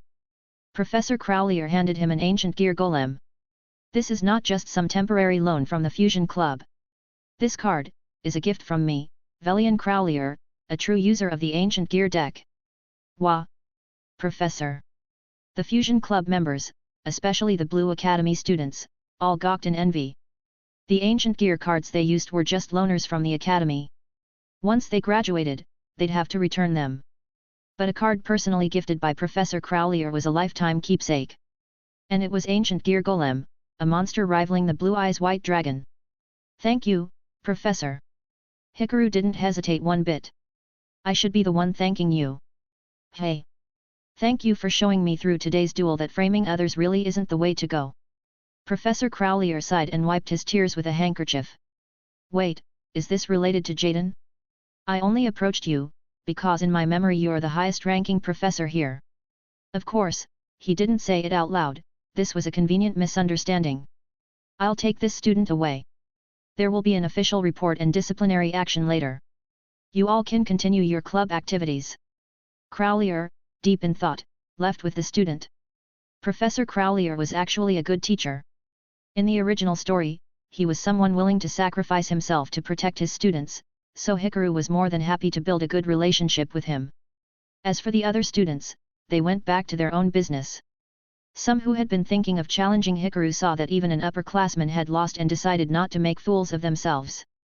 Meanwhile, a few students from the red and yellow dorms rushed over to cheer Hikaru on. After wrapping up his social interactions, Hikaru found a quiet place to sit down and take a proper break. Ever since earlier, he had been feeling a sense of unease, but couldn't quite figure out where this unease was coming from. He flipped through his deck, searching for the ancient gear golem he had just obtained. In this era, this card was still pretty. "Wait, what the?" His eyes widened. "No, don't." Inside his deck, ancient gear beast and ancient gear golem had already stuck together. But it wasn't the kind of sticking caused by moisture or glue, it was slowly merging, gradually turning purple, and transforming into a fusion monster. Ultimate Ancient Gear Golem. The two cards had fused on their own. Chapter 9, Fusion Deck. In the evening, Hikaru returned to his dormitory, carefully examining the card in his hand. Ancient Gear Golem and Ancient Gear Beast had completely fused into a single card, Ultimate Ancient Gear Golem. Ultimate Ancient Gear Golem Level 10 Earth Machine Type. Fusion Materials, 1 Ancient Gear Golem and any 2 Ancient Gear Monsters. Abilities, inherits the standard Ancient Gear effect, opponent cannot activate spell or trap cards when it attacks. Retains Ancient Gear Golem's ability to deal piercing damage to defense position monsters. Gains a unique effect, if destroyed, special summon 1 Ancient Gear Golem from the graveyard, ignoring its summoning conditions. As the ace card of Professor Crowlier in the original series, its rarity far exceeded that of the regular one. After all, in the Yu-Gi-Oh! World, many duelists own 3 copies of Ancient Gear Golem, but Ultimate Ancient Gear Golem had seemingly only ever been used by Professor Crowlier. Its raw power was naturally superior to that of the regular Ancient Gear Golem. And at any rate, any ancient gear deck aimed to fuse an ultimate, Megaton Golem, or Chaos Giant as the final goal. Ancient Gear Golem was merely a material for these greater fusions. But the real problem was, where the hell is my Golem? Hikaru ruffled his hair in frustration. Obtaining a higher level, rarer card was an absolute win in this world. Any duelist would take this deal in a heartbeat, with no losses involved. Any Fusion Club member would be ecstatic to make such a trade, but for Hikaru, this was completely unacceptable. He finally got his hands on an Ancient Gear Golem, intending to build new strategies around it with fusion plays. And now it got auto-fused. Without Ancient Gear Golem in his deck, how was he supposed to fuse Ultimate Golem now? Wait! A sudden realization struck him. He quickly grabbed his deck and flipped through it card by card. After a thorough check, the expression on his face became truly spectacular. Damn! I knew it! I've been drawing no monsters for the past few days, but today, I suddenly drew an Ancient Gear Beast. So it turns out. To increase his deck's consistency, Hikaru had included plenty of usable monster cards, including some hero monsters to support fusion summoning. But now that he carefully flipped through his deck, where were all the monsters? Everything had fused. No wonder all those Flame Swordsman-related fusion cards showed up in my opening hand today. The low-level monsters had been super polymerized into fusion monsters. That's why the Salamandra cards increased in number, raising their draw rate. It took Hikaru a moment to process this realization. Not that he could have helped it, how was he supposed to know his deck would change on its own mid-duel? I was wondering. I duel every day, and I can feel the power flowing into my body, yet I have only ever got one Flame Swordsman. That's the issue. Hikaru scratched his head. It seemed Super Fusion didn't distinguish between useful and needed cards. It would gradually fuse his deck's cards into new fusion monsters over time. No, maybe not. Hikaru pulled out Cannon Soldier and Gigatech Wolf from his deck. If that's the case, then fusion materials shouldn't be affected, right? The only reason Golem and Beast fused was probably because I didn't have Ultimate Golem in my extra deck, so they naturally merged into one. If that was the case, then this wasn't so bad after all. A smile crept back onto his face. Now that he understood the fusion printing logic of super polymerization, he could start building his deck more efficiently. One day, he'd create a smooth, powerful deck, instead of constantly drawing 2 or 3 completely unplayable cards at the start of every duel. What a shame, they took away that guy Ryu, and I might not get a chance to duel him again in the future. That's one less way for farming energy. Sigh, what a shame. However, looking at the Fusion Club, there were still plenty of Blue Dorm students who weren't happy with him. There would be no shortage of people to farm energy from in the future. Just as he was thinking about the Fusion Club. At the top floor of the Fusion Club, inside the Dimensional Research Room, a violent burst of purple light flashed. 3 students and 2 teachers, all dressed in purple uniforms, stood silently in front of a massive mechanical structure. There was a giant purple ring, continuously rotating on the machine. At the center of the ring was a swirling mass of black and white, twisting chaotically like a void. After a few moments, a man draped in a massive cloak stepped out from within. Professor! Everyone welcomed him. He was a stern-looking bald man. His uniform was more elaborate than the others, featuring a wide collar and heavy golden epaulets and medals. He didn't look like a professor, he looked more like a soldier. He was the leader of the Fusion Absolute Supremacy faction within Duel Academy, a professor at the academy, Leo Akiba. Professor Akiba, how did the joint exploration with Kaiba Corporation go? A Fusion Club teacher eagerly stepped forward to ask. Leo Akiba shook his head. It was not the underworld that Kaiba Corp's president was searching for, unfortunately, but we had some luck. It was a broken world with spirits. Interdimensional travel was a large-scale and global initiative led by Kaiba Corp, with participation from all over the world. It was said that Seto Kaiba had been searching for an unnamed pharaoh, hoping to finish a duel from many years ago. To that end, he had devoted all his energy to exploring parallel worlds and even space itself, so much so that he hadn't updated his deck in years. Although Seto Kaiba was a peerless genius, unmatched in a million, capable of unraveling the mysteries of both machinery and parallel dimensions on his own, he was still just one person. Searching for the one and only underworld across infinite dimensions was an overwhelming task. To speed up the search, he even established dimensional gates within his company's departments and with various partners' facilities, all working together to explore different dimensions toward a united main goal, Originally, each branch of Duel Academy had its own dimensional gate. At regular intervals, students would interact with these broken, minor dimensions, engaging with the spirits or duelists that resided there. Of course, this was limited to small, broken dimensions. Larger dimensions, especially those inhabited by human civilizations, were beyond Duel Academy's authority to explore on their own. Thanks to Leo Akaba, who, with his scientific expertise, improved the dimensional gate, earning Seto Kaiba's recognition and securing an exclusive dimensional gate for his department. Because of this, the Fusion Club gradually rose to prominence, becoming a new power within Duel Academy. This was also why the Fusion Club had so many ancient gear monster cards. They had obtained them from an old, decaying mechanical world. Has anything happened in the Fusion Club lately? Yes, yes. Professor. A teacher eagerly stepped forward. Recently, a particularly outstanding talent has emerged, an absolute prodigy. His entire deck is fusion-based. In the grand scheme of things, in the Fusion Club, what was the ultimate symbol of loyalty? The answer, of course, was a fusion deck. All fusion. Even Leo Akaba paused for a moment. What's this? Can a deck like this even win? The three student representatives, with the teachers, had different expressions. The red dorm student wore a smug smile, the yellow dorm student showed a proud look, and the blue dorm representative appeared downcast. The two teachers excitedly told Leo Akaba the entire story, from the club entrance test to today's duel with Ryu. They were quite impressed with Hikaru's understanding of fusion and his resonance with the monster cards. They were just ordinary teachers at the academy, without any particular affiliations. Having an excellent student in their department would help improve their teacher ratings in the future, so they were naturally pleased. I see you discovered a new dimension, Professor Akaba. Should we call him? No. Hey. Everyone was stunned by Leo Akaba's words, waiting for his next words. Call that Ryu here. Professor Crowlier has already disciplined him, there's no need for more punishment, right?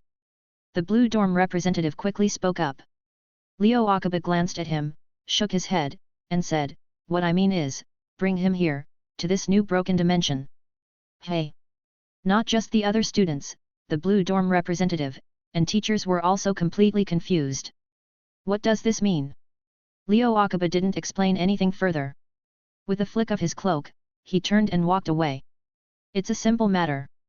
The Fusion Club, as a purple department of the Duel Academy, even has its own dimensional gate. It has the opportunity to completely detach from the three dorms, so why has there always been discrimination based on color? Why has Leo Akaba, as the head of the department, never interfered? Because, it is, tacit approval. Chapter 10, Broken Dimension. Not bad. Looking forward to our next duel. After shaking hands with his opponent in the Fusion Club, Hikaru greeted him cheerfully. Haha, dueling with Amagi-kun, I feel like I've learned a lot. The end of Fusion's road is indeed farther than I imagined. Not at all, not at all, I'm still way far from the end or anywhere close to there, Hikaru quickly waved his hand. The duel a few days ago made Hikaru famous in the Fusion Club. After all, Ryu was a senior student, and defeating him with the same, theoretically weaker deck was truly a rare achievement for many lower-year students. After all, aside from color discrimination, seniors also tend to bully lower-year students. However, even so, most of the students who primarily interacted with Hikaru were from the red and yellow dorms, with few from the blue dorm. Most were simply drawn to him by his deck, just like this student. Watching the passionate student leave, preparing to modify their deck, Hikaru felt a surge of ambition. Well, maybe not that much. But everything was going according to his plan. Due to his influence, the students in the Fusion Club were indeed moving in a direction he hoped for, though not many, there were still some. After a week in the Fusion Club, he increasingly felt that this club was very strange. There were too many bizarre rules and ideas in it. Although they were overall moving toward the ultimate goal of fusion summoning, the internal conflicts were even more severe, and duels in the form of gambling battles occurred far more often than in the outside world. The Fusion army was being deliberately trained to become more extreme, fanatical, and crazed. To Hikaru, it was simply unacceptable. What kind of school does this? If this continues for a few more years, the Fusion army might really become like that certain A5 group, turning anyone into cards, no matter their age or gender. Joining the Fusion Club was truly a wise choice. Not only were the duels intense, but they also allowed him to keep a close watch on this bomb that could explode at any moment. Yo! Amagi! A passionate voice sounded in Hikaru's ear. Jaden! Hikaru, who was nibbling on some bread in the corner, suddenly heard a familiar voice. Looking up, he was surprised to see Jaden. How did he end up in the Fusion Club? Did the Fusion Club students actually let him in? Hikaru was quite surprised because, in the original story, Jaden went to the Blue Dorm dormitory to find Zane Truesdale, but he was pushed to the ground by the students guarding the Blue Dorm and even had a bucket of cold water thrown on his head. But then he thought for a moment. Although this world resembled GX, it was still different. For example, there were far more Red Dorm students in this world compared to the original story, there must be close to 100. Plus, since he had become somewhat well known in the Fusion Club, it wasn't strange for someone to bring him in if they were looking for him. Wow, Amagi, you look so cool in that uniform! Jaden exclaimed, his eyes lighting up as he looked at Hikaru's outfit. Hikaru was already good looking, and with the purple uniform's longer hem, he looked even more elegant and handsome. Jaden, this isn't really the time to talk about that. Cirrus, who was standing next to him, commented. Before going crazy, Cirrus had been an ordinary, weak-willed boy, even giving off a bit of a sidekick vibe. Ah, right. Amagi, are you interested in joining a tag team duel? Tag team duel? With who? The Paradox Brothers. Hikaru instinctively said. In the original, Jaden, Cirrus, and Alexis had entered the old school building they were in today, even encountering a shadow duel and being punished by the school, which required them to participate in dorm duels or be expelled. And in the anime, Jaden and Cirrus ended up facing the Paradox Brothers, the legendary duelists who had once troubled Yugi and Joey, as their opponents. This is where reputation management comes in. Though these two could hardly be called weaklings, they were definitely not anywhere near as powerful as Yugi and Joey and just gained popularity because they dueled them once at the start of their journey, yet they still are called legendary duelists, even more ridiculous than claiming to have battled the first Hokage. Amagi, you heard about that too?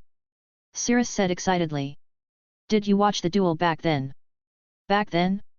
Hikaru quickly picked up on it. I see, the time I'm in is after that duel has already ended. But if that's the case, then why look for teammates? Ha ha ha, Amagi, do you know? Jaden showed off. The Dimensional Gate. Dimensional Gate. It's the Dimensional Gate that Kaiba Corp. invented to search for the underworld.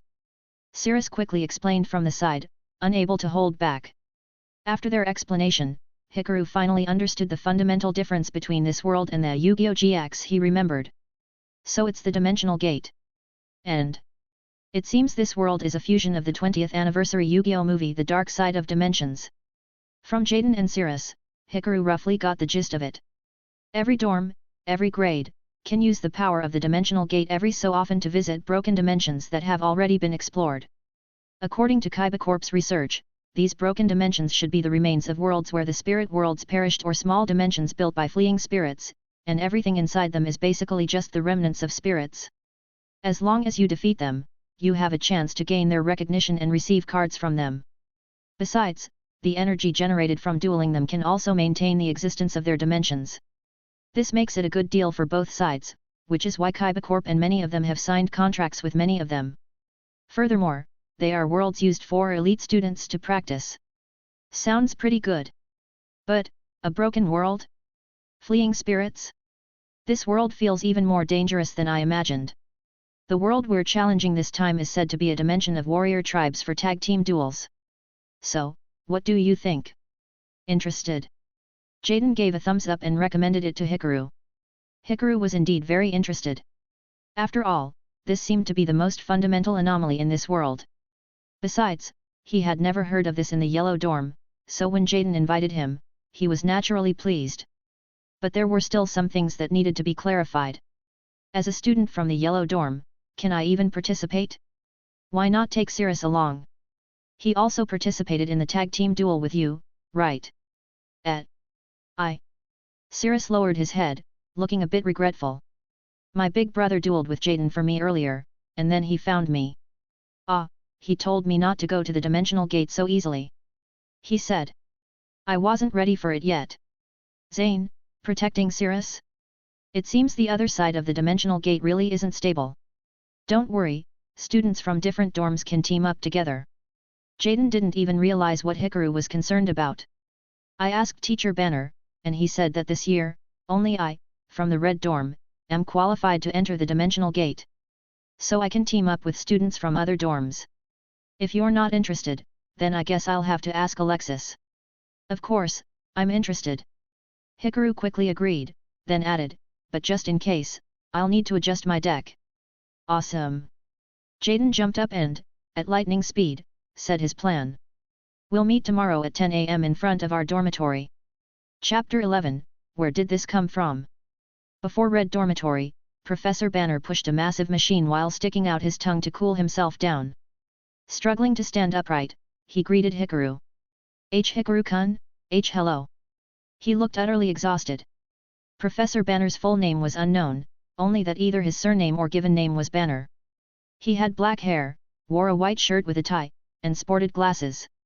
His ever-present smile made him seem warm and approachable. Hello, Professor Banner. This professor was not only the faculty advisor of the Red Dorm but also its cook and a part-time teacher of alchemy at the academy. Despite his seemingly timid demeanor that often made him appear easy to bully, his actual status in the academy was far from low. But Hikaru knew, Professor Banner was not as weak as he seemed. In fact, he was a truly formidable individual, a genuine heir to the art of alchemy, and even a top-tier duelist capable of creating the legendary Philosopher's Stone. Even across all the academy's dormitories, north, south, east, and west, he was probably amidst the strongest duelists, the owner of the card that struck fear into countless duelists, Macrocosmos, his exclusive card. Professor Banner, why didn't you ask us to help you carry these? These look way too heavy. A student who resembled a sloth spoke up. He was Jaden's dorm mate, Chumley Huffington. Well, I got a little excited, meow, since students from other dorms are visiting. Hearing a grown man suddenly say meow at close range was enough to send shivers down one's spine. Oh, right, Hikaru-kun, come over and test your spirit adaptability. Spirit adaptability. Yet another new term. Hikaru stepped forward curiously and extended his hand as Banner scanned him with a machine. Just as I expected. He muttered softly while looking at the values on the machine before flashing another smile. Hikaru-kun also has a 4-star spirit adaptability, just like Jaden. You'll have no problem participating in the simulation, meow. Wow, the same as Jaden. Haha, Hikaru, I knew there wouldn't be any issues. Hikaru was still confused. So, what does this actually mean? It's basically a measure of how well you adapt to spirit duels. The higher your adaptability star level, the better the rewards you receive, the less mental strain you suffer, and the shorter your recovery time when returning to our dimension. It's said that Mr. Yugi Muto has a 12-star adaptability. No matter how powerful the spirits are, they all bow before him. Even if he duels in other dimensions, he never feels fatigued when returning to our world. He's the true king of duels, meow. Alright, come now, Jaden, Hikaru-kun, step in front of the dimensional gate. I'm starting the teleportation, meow, Banner said while pressing buttons on the gate, muttering to himself. Professor Banner, this machine looks way too old. Cirrus couldn't help but voice his concern. And rightly so. At a glance, the machine was similar to the Fusion Club's dimensional gate, but its exterior was visibly aged and worn. Rust covered several parts, and the components rattled noisily as if it were a retired, outdated model, completely incomparable to those in the other dorms. I can't help it, meow, the red dorm only has this one, but don't worry, I maintain it regularly and have personally modified it. Cirrus and Chumley were still uneasy, but Hikaru exhaled in relief. Banner was a powerful alchemist. If he had repaired it, then the machine should be fine. Come, stand properly, meow. Jaden eagerly stepped in front of the machine, while Hikaru, feeling curious, stood beside him and observed. The massive metal ring began spinning rapidly. Soon, two strange beams of purple-white light started mixing and twisting, shining down on Jaden and Hikaru. Whoa! So this is dimensional teleportation! Jaden shouted in excitement. Hikaru watched as his body slowly changed color and turned into particles, an astonishing sight. Another transmigration. Just then.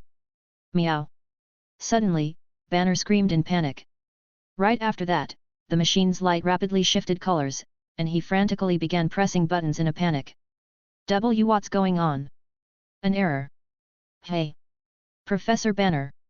Cirrus and Chumley rushed to his side in a frenzy, watching him desperately press buttons, his face twisted in frustration.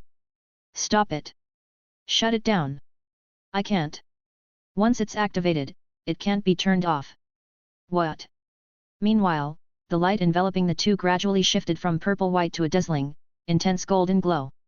What's wrong, Professor Banner? Jaden became worried about him. Meow. But there was no more time. After a sharp scream, Hikaru and Jaden vanished from this world. When Hikaru regained consciousness, he immediately noticed that his surroundings had changed drastically. He and Jaden seemed to be inside a massive prison. The air was unbearably thick and murky. Hikaru waved his hand, brushing away the dust before him, feeling his breathing become labored. Cough, cough. Where are we? No idea. Maybe, the machine malfunctioned and sent us somewhere else. Hikaru hesitated.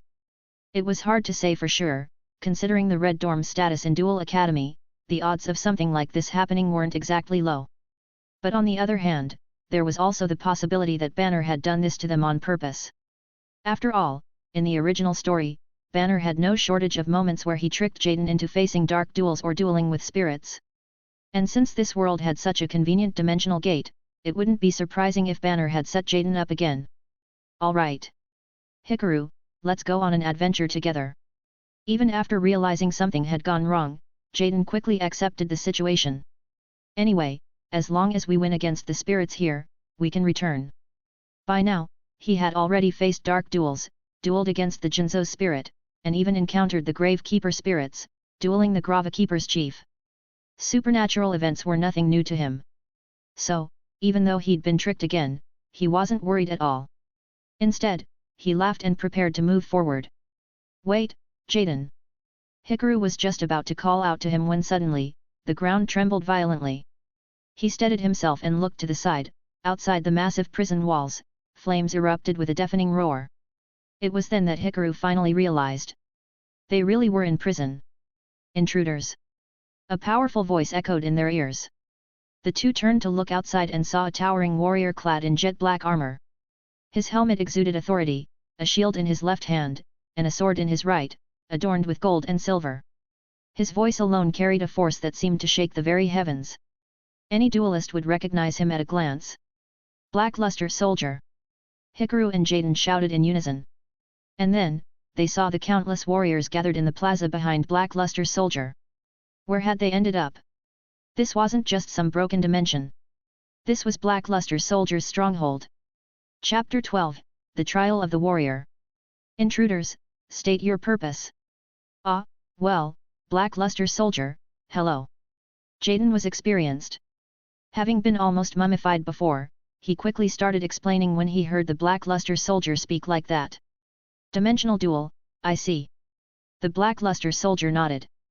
The Blackluster Soldier seemed surprisingly easy to talk to. He sheathed his weapon and introduced himself. I am the Harbinger tasked with guarding this world from invasion, the one who created it. I am also one of the guardians of the underworld. In this land of warriors, countless warriors come here intending to become the strongest, attempting to grow stronger through training and battles. He pointed to the distance, where countless warrior monsters were competing in martial arts, essentially playing cards. Oh! I'm so pumped! Jaden shouted excitedly. I will arrange opponents for you, the Blackluster Soldier continued. Most warriors may not wish to leave this world, but if there are any who do, it is their choice. Here, whether it's advancement or training, everything is decided by the most ancient of battle rituals. So, you need not worry. Hikaru nodded. As long as it's a duel, there's no problem. Unless the Blackluster Soldier turned back to add, if you lose, you will stay here for training until the so-called dimensional exploration ceases, or until you defeat me. How can that be? Jaden jumped up, clearly displeased. You've already said it yourself, right? You're seeking to duel the spirits of broken dimensions to provide energy. The Blackluster Soldier's cold, handsome face remained expressionless. But our world doesn't need such things. For me, I am here guarding the eternal rest of my king, protecting the gates of this underworld, and not allowing any outsider to intrude. He said softly, "This is the greatest concession I can make." Jaden was still about to argue, but Hikaru patted him on the shoulder and shook his head. "Hikaru. We are, after all, the intruders." Hikaru shook his head. "Besides, if we win, it'll be fine." Looking at the situation now, this black-luster soldier seemed to be the guardian of the resting place of the unnamed pharaoh from Yu-Gi-Oh! The same one that Seto Kaiba desperately tried to find, the gatekeeper of the underworld's entrance. This kind of spirit wasn't something they needed to provoke, because he was an absolute lawful entity. Even though they were rash intruders, as long as they didn't overstep, he wouldn't attack them. In fact, Hikaru even wanted to make a good impression. After all, there was, right before his eyes, a real top-tier spirit. Haha, that's right. Alright then, black-luster soldier, quickly find us some opponents. Jaden shouted, raising his voice. The black-luster soldier gave Jaden and Hikaru a deep look, slowly nodding. "I will find warriors suitable for you." Afterward, a few warriors came over to clean up the area so that Hikaru and Jaden wouldn't be so uncomfortable. After a while, under the watchful eyes of everyone, two warriors dressed in a very familiar way came in front of them. "Wow! Avian, it's real!" Hikaru, look! Jaden couldn't contain his excitement, gripping the prison bars and eagerly leaning forward. Red mask, white wings, and all covered in green feathers, who else could it be but elemental hero Avian? Seeing his favorite monster appear right before his eyes, how could he not be thrilled? Next to Avian, a knight riding a horse looked quite imposing, with particularly familiar aspects to the black-luster soldier, a knight with a certain dignity. Gaia the Fierce Knight. Two normal monsters, hey! Do not underestimate our warriors, the black-luster soldier spoke from a distance as the referee. They are the elite among my warriors. Elite? Gaia was fine, but Avian, with only 1,000 attack points, was also considered elite. It seemed they shouldn't let their guard down just because they were normal monsters. The rules of the match are a tag duel, with both sides starting at 8,000 life points using the same field. The intruders will attack first, and the opponent can attack afterward, the black-luster soldier continued, explaining the rules. It was the standard tag duel format. Hikaru nodded. Then, Warriors Ceremony, start. Duel. ×2. Jaden and Hikaru, LP, 8,000. Avian and Gaia, LP, 8,000. With the black-luster soldier's announcement, Jaden and Hikaru spoke in unison. Afterward, Jaden drew a card and quickly began his move. I summon in defense position, Elemental Hero Clayman. Elemental Hero Clayman level 4 Earth Warrior 2000 Def Normal. Next, I set one card and end my turn. Hikaru pressed the dual disc, checking Jaden's set card, and then his eyes blurred, feeling dizzy. Jaden, why did you set that card? Haha, don't worry, Hikaru. I set a trap in a defense position, it's the perfect turn for defense. My turn, draw. For some reason, his expression didn't look very good, and his face appeared a bit dark. Avian had a blank expression, even slightly cold, as he glanced at his hand and immediately activated one of the cards. I activate my spell card, Dark Fusion. What? Hikaru's eyes widened. What fusion? This is a fusion card specifically for fiend-type monsters. I'll fuse the elemental hero Burstinatrix in my hand with myself. The pitch-black wings turn into blades, and tear apart everything before me. I fusion summon, Evil Hero Inferno Wing. Before their stunned eyes, a slender female demon with black wings slowly descended in front of them. Evil Hero Inferno Wing level 6 Fire Fiend Type 2100 ATK. Evil. Evil Hero? From elemental to evil? This, and it's a fiend-type monster. Jaden was still a bit confused, not fully understanding the current situation. He mumbled, it has the same attack as Flame Wingman, but turning from Flame Wingman into a beautiful female demon, seems pretty cool. Battle Inferno Wing, attack Clayman. I activate a trap card. Jaden quickly responded as the opponent declared an attack, hurriedly getting ready to activate his set card. Wait, Jaden, Hikaru quickly tried to stop him, but it was too late. Trap card, Sakuretsu Armor. Jaden wiped his nose with his finger and carefully explained, Hikaru, don't worry. Sakuretsu Armor's effect can be activated when the opponent declares an attack, targeting one attacking monster. That monster is destroyed. Upon seeing this trap card, Hikaru slapped his forehead and covered his eyes. Avian shook his head helplessly, while Gaia couldn't help but laugh. In the distance, the Black Luster soldier spoke up, "Warriors from another world, the monster's fusion summoned by dark fusion cannot be destroyed by effects in that turn." What? Boom. Clayman was destroyed instantly. Jaden and Hikaru, LP, 8000-7900. Does it also have piercing damage? Not only that, Avian puffed out his chest proudly and explained, Inferno Wings effect can be activated when it destroys a monster by battle. It deals damage equal to the higher of the destroyed monster's attack or defense. Hey? Isn't this just a stronger version of Flame Wingman?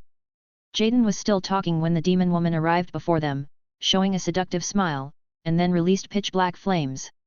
Whoa, hot, hot, hot. Jaden, being the loyal type, knowing it was his fault for not playing well, immediately stepped in front of Hikaru, taking the flames for both of them. This was a real duel with monsters, and every battle damage was real. Jaden and Hikaru, LP, 7900-5900.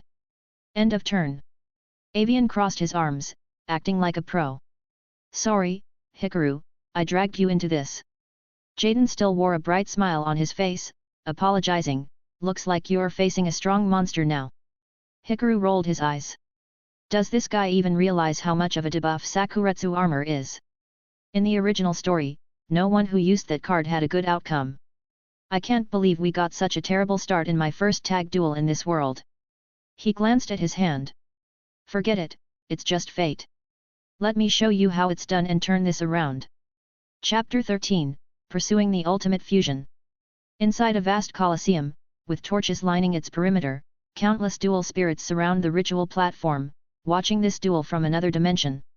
At the moment, this is a disappointing duel for them.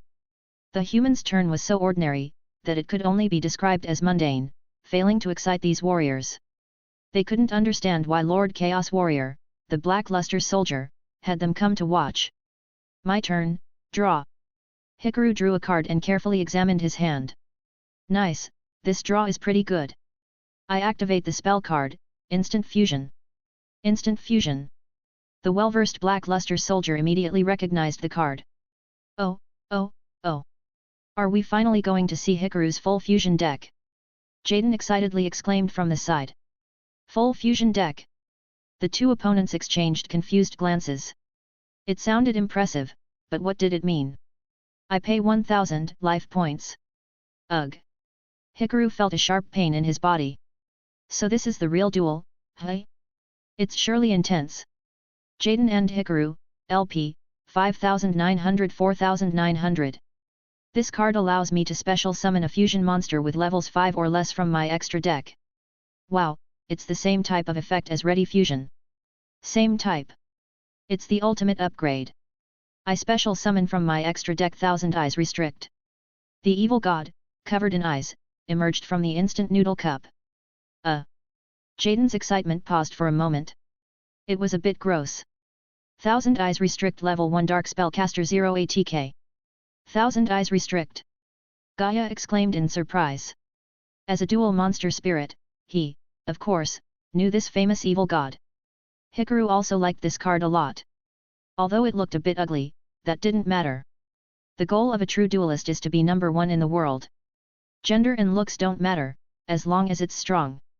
So, when he fused this monster using super polymerization during recent duels, he was extremely happy, because there were quite a few ways in his deck to bring this card out. I activate the effect of Thousand Eyes Restrict. Once per turn, it can target one monster on your field. That monster becomes equipped to this monster as an equip card. Each of Thousand Eyes Restrict's many eyes emitted eerie purple light. It shined on the demon woman, transforming her into a shadow and devouring her into its body. Ugh! Avian shivered with goosebumps. As a fusion material for Inferno Wing, seeing its evolved form being eaten was incredibly unsettling. Thousand Eyes Restrict can take your monsters as its own power, increasing its attack, Avian said. But, if I'm not mistaken, a monster special summoned by instant fusion will be destroyed at the end of the turn. He flapped his wings as if dispelling the malice. No matter how strong a monster is, once it disappears, it becomes meaningless. I, of course, know that. Hikaru quickly followed up, revealing another card from his hand. I activate the continuous spell card, Flame Swords Realm. A massive ring of fire illuminated the arena. Once per turn, I can send one monster from my hand or field in face-up attack position to the graveyard to special summon one Flame Swordsman from my extra deck as a fusion summon. I send the Thousand Eyes Restrict on the field to the graveyard and fusion summon, Flame Swordsman. Flame Swordsman level 5 Fire Warrior 1800 ATK. Wow! It's me! A spirit in the stands couldn't contain their excitement upon seeing themselves summoned. It was probably similar to the feeling of appearing on TV. Got Thousand Eyes Restrict out there, bro. This is a huge win. Nice, nice, if he wins this, I'll definitely help him out. Still unaware that he had gained a warrior's approval simply by pulling off a combination, Hikaru continued with his move. I activate the equip spell card, Salamandra Fusion. This equip spell card can only be equipped to fire attribute warrior type monsters, and the equipped monster's attack increases by 700 points. Flame Swordsman, ATK, 1800-2500. Another fusion. Now everyone understood what Hikaru's so-called full fusion deck was all about. A deck entirely composed of fusion cards, can that truly work? Well, this warrior from another dimension is using it, right? True, but if he weren't the second player in a tag duel, he wouldn't have had the chance to use Thousand Eyes Restrict to devour a monster and then perform a tribute fusion summon, would he? Whether in the human world or the spirit world, when people saw such an extreme deck, there would be some discussion. Hey, you guys! Stop talking nonsense! Before Hikaru could speak, Jaden was already shouting excitedly at them. Hikaru is chasing the ultimate fusion, the noble art of fusion summoning. Don't disturb him. Ultimate fusion. He indeed is a warrior with a clear pursuit. Hikaru stroked his chin. With this kind of speech, he could boast to the passionate enthusiasts in the fusion club, but in front of spirits. Forget it.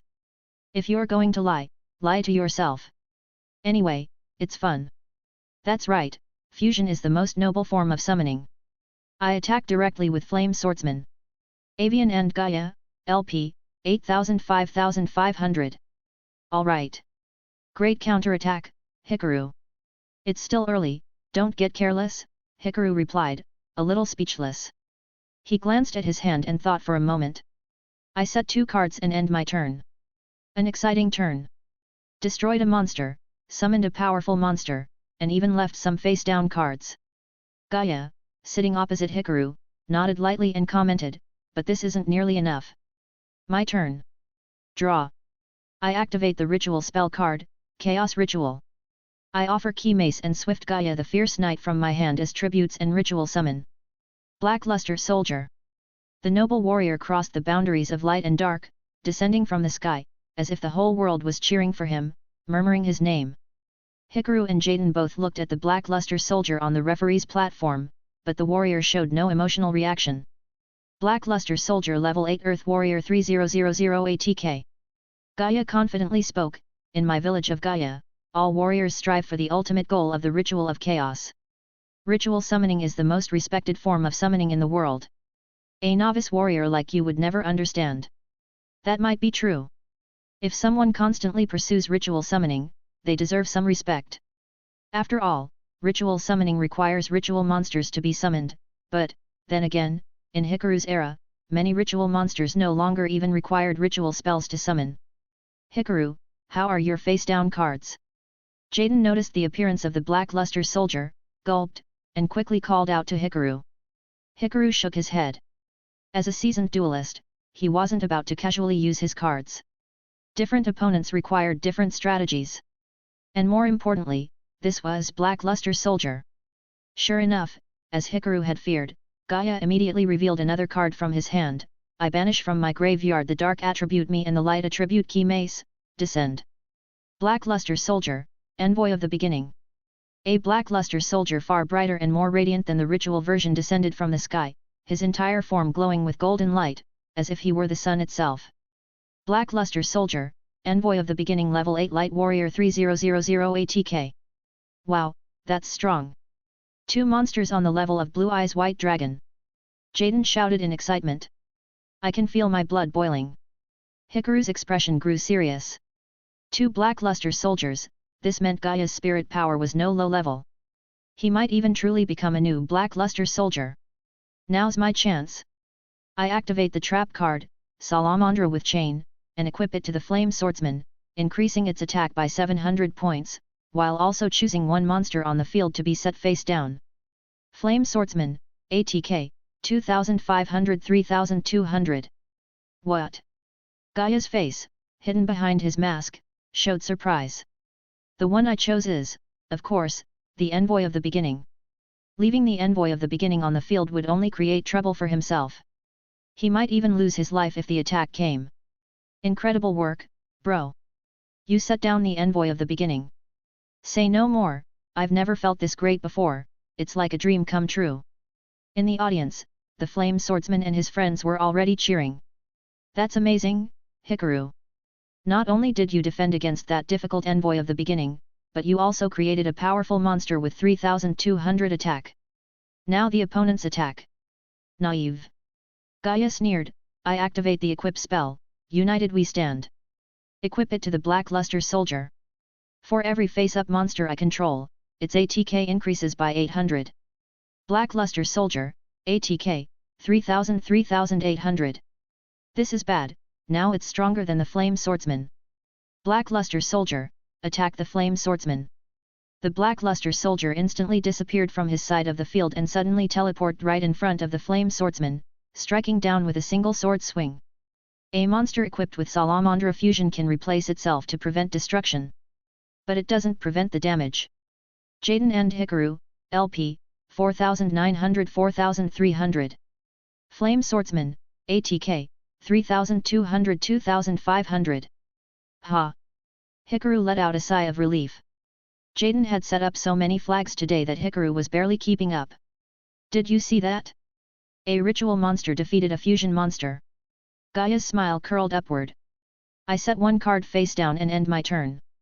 That's incredible, to be capable of handling the Black Luster Soldier like that. Plus, he even protected his monster. Ultimate Fusion, hey. I'm kind of tempted to follow this warrior. Chapter 14, Fusion is tolerant of everything. Amidst the murmurs of countless spirits, the turn shifted to Jaden. He looked at his hand, pausing. Jaden, no matter what, you must not let the Envoy of the Beginning flip face up. I got it. The Envoy of the Beginning could banish monsters directly or attack twice. No matter what, they couldn't let it stand back up. Otherwise, their chances of victory would be slim. But, the Envoy of the Beginning had a defense of 2500. It wouldn't be easy to take down. In that case, I activate the spell card, Polymerization. I fuse Avian and Burstinatrix from my hand. Seeing Inferno Wing display its power earlier had already excited him. Now that he finally had the right fusion materials, and needed a high attack monster, he wouldn't hesitate. I fusion summon Flame Wingman. Elemental Hero Flame Wingman level 6 Wind Warrior 2100 ATK. Ha ha ha, Flame Wingman, hey? Bro, isn't that you? Seeing Flame Wingman appear, Gaia burst into laughter and turned to Avian. That's merely one side of me, Avian folded his arms and said calmly. Jaden, if you only see the glory of a hero but not the darkness and suffering behind them, you'll never become a true hero. What? Jaden was momentarily confused by Avian's words. Why did that sound like he knew him? Besides, with just 2100 ATK, do you really think you can defeat Lord Chaos Warrior? Keep dreaming. Gaia sneered. Whatever, a hero needs a battlefield worthy of a hero. I activate the field spell, Skyscraper. Here it comes. Watching from the side, Hikaru suddenly felt his blood pumping. The anti-3000 Slayer had arrived. Skyscraper allowed elemental hero monsters to gain 1000 ATK when attacking a monster with higher ATK than themselves. For Flame Wingman, with 2100 ATK, this meant he could take down any monster 3000 ATK or below with ease. Using the field to defeat the Lord Chaos Warrior? Not a bad idea, but too naive. I activate the trap card, Ring of Destruction. Oh, crap, a banned card. In Hikaru's world, this card had been errated and unbanned, but here, it was still in its original broken state.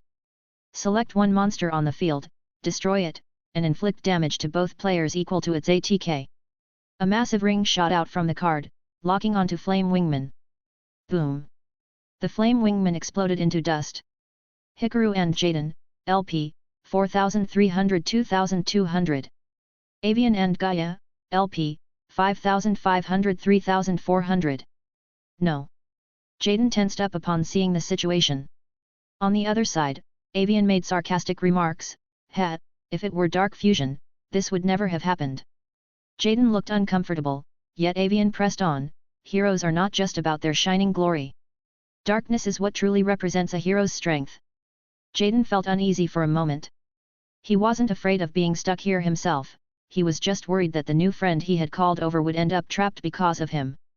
Don't listen to him, Jaden. Hikaru shouted from the side. Avian. Stop spouting nonsense. Everyone has the right to pursue what they believe in. To me, the pinnacle of fusion is my goal, and for Jaden, a hero is a hero. Avian's expression darkened with irritation. Don't force your ideals onto him. Jaden, use my card. Use my card. A sudden shout snapped Jaden back to reality. He looked at the field and, in an instant, realized something. His smile returned, bright as ever. Haha, so it's this card, haha. Hikaru, did you prepare this on purpose?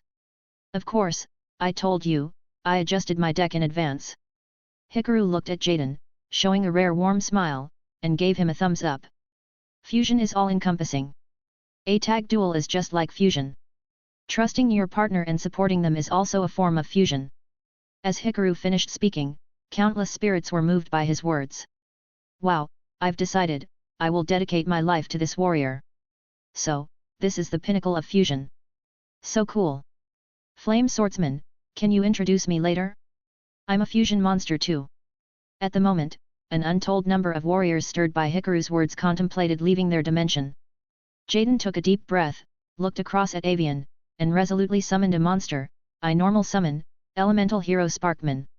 Elemental Hero Sparkman level 4 Light Warrior ATK 1600 normal. Why summon that guy at this point? Avian scoffed. If you don't deal with Envoy of the beginning this turn, next turn, I'll show you the power of dark fusion. Hey? Avian, you and Sparkman don't get along.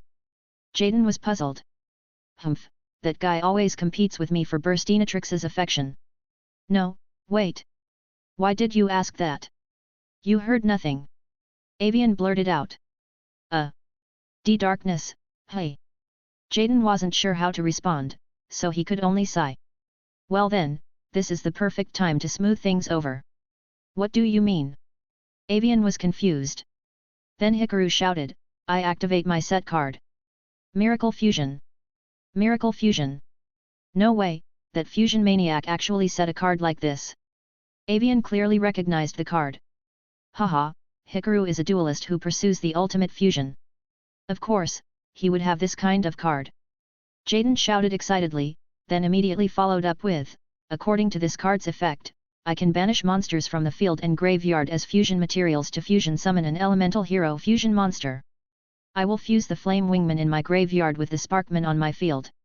From within the radiance, behold Flame Wingman's new form. Fusion summon. Elemental hero Shining Flare Wingman.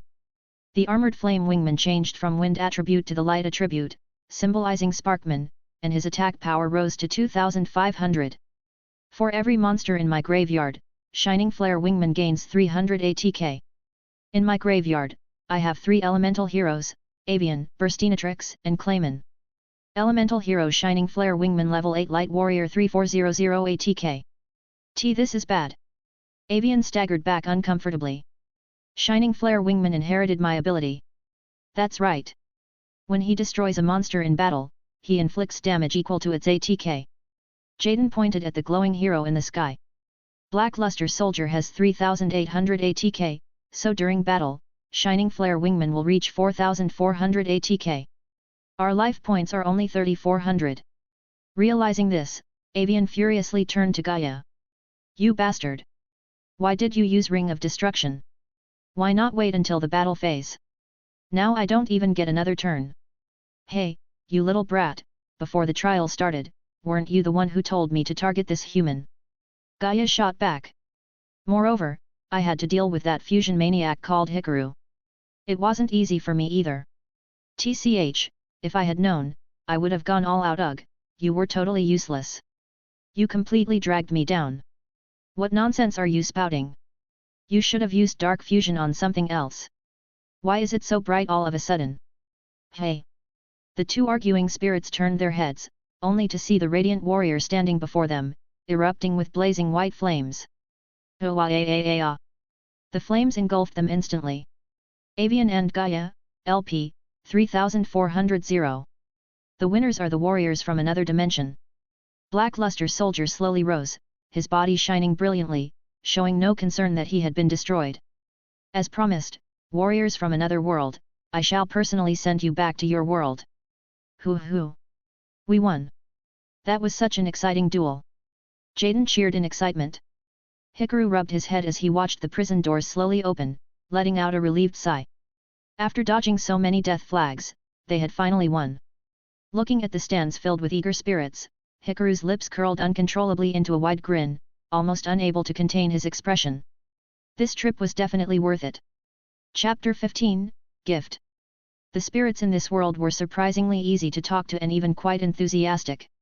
After the duel ended and Hikaru and Jaden left the prison, countless spirits surrounded them, blocking the path entirely.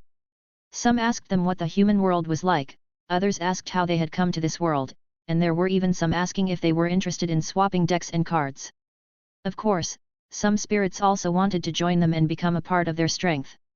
Among them was the Flame Swordsman, who had previously shown great interest in Hikaru, and had been especially eager after Hikaru sent the Thousand Eyes Restrict to the graveyard to special summon him. Dark Flare Knight accompanied him, who also felt following Hikaru would be beneficial witnessing his performance. Additionally, there were some other fusion monster spirits, like the Cyber Blader and Dragon Warrior. The latter was a brave warrior, while the former was the ace monster of the original heroine of GX, Alexis Rhodes, or so it seemed. Hikaru couldn't be sure whether Alexis Rhodes was truly the heroine, nor could he confirm whether that girl who was mainly a ritual user considered her, a fusion monster, to be the ace monster. But at least she was delightful to look at, and having such a woman spirit in his chaotic and twisted deck would certainly be a joy. Unfortunately, unlike the two sword masters, these two didn't want to leave this dimension with him. Instead, they gave him cards. A bit of a disappointment, losing out on a spirit sister, but getting the cards was fine too. They also mentioned that although they weren't the physical spirits, their power still resided within the cards, and they could assist other spirits, countering some of the evil forces. Simply put, she could boost the power of the Flame Swordsman and Dark Flare Knight, giving Hikaru extra energy when facing evil spirits, supernatural forces, telekinetic abilities, or even in any dangerous abyss. It shouldn't be taken lightly, so, Hikaru listened seriously because he knew these things could happen in the human world. It was quite a harvest. Now that he had a second Flame Swordsman, he wouldn't need to pair so many Salamandra cards with just one. The Cyber Blader was also a great answer to his sudden mutation. In this world, with LPS relatively low, the Cyber Blader had a good chance of doubling its ATK through effects and defeating opponents. Having some free time, Hikaru turned to look at Jaden. He saw the avian standing above Jaden, pointing at him and talking non-stop, his mouth moving like a machine gun, while Jaden was awkwardly laughing and scratching his neck, looking quite embarrassed. Anyway, Jaden, you dueled like it was too simple, and you think being a hero is also simple. If it wasn't for Hikaru helping you, how would you have dealt with the upcoming Chaos Warrior? And don't forget, I still had cards in my hand. There's also that Sakuretsu armor. You never even asked me about dark fusion or the monster effects, you just rushed in. Even Hikaru told you, if you had saved the Sakuretsu armor, you could have destroyed the ritual monsters that came afterward. Even though Avian was quite dark in color, he still cared for Jaden. And it looked like Avian really knew Jaden. Hikaru watched as Avian lectured Jaden for half an hour. Then, as if not fully satisfied, Avian flapped his wings and embraced Jaden, transforming into a card. Hikaru's eyes gleamed with excitement as he looked at the card and turned to Gaia. What are you staring at? I'm never going to follow a fusion maniac. Gaia grunted, saying firmly, my life is dedicated to clearing paths and being the vanguard for Chaos Warrior, I will never switch sides. Hikaru twitched his eyebrows, all right. He shrugged. In spite of what he said, Hikaru could remember Gaia had different, and various evolution stages, much like Digimon or Pokemon, where the same creature can evolve into different forms. In fact, Gaia encompassed almost all summoning methods, and the Gaia Dragon Knight line is undoubtedly the largest branch, which is Fusion. Gaia. Ah, Lord Chaos Warrior. At some point, the grand creation had already arrived before them, and all the spirits half knelt to welcome this strongest warrior.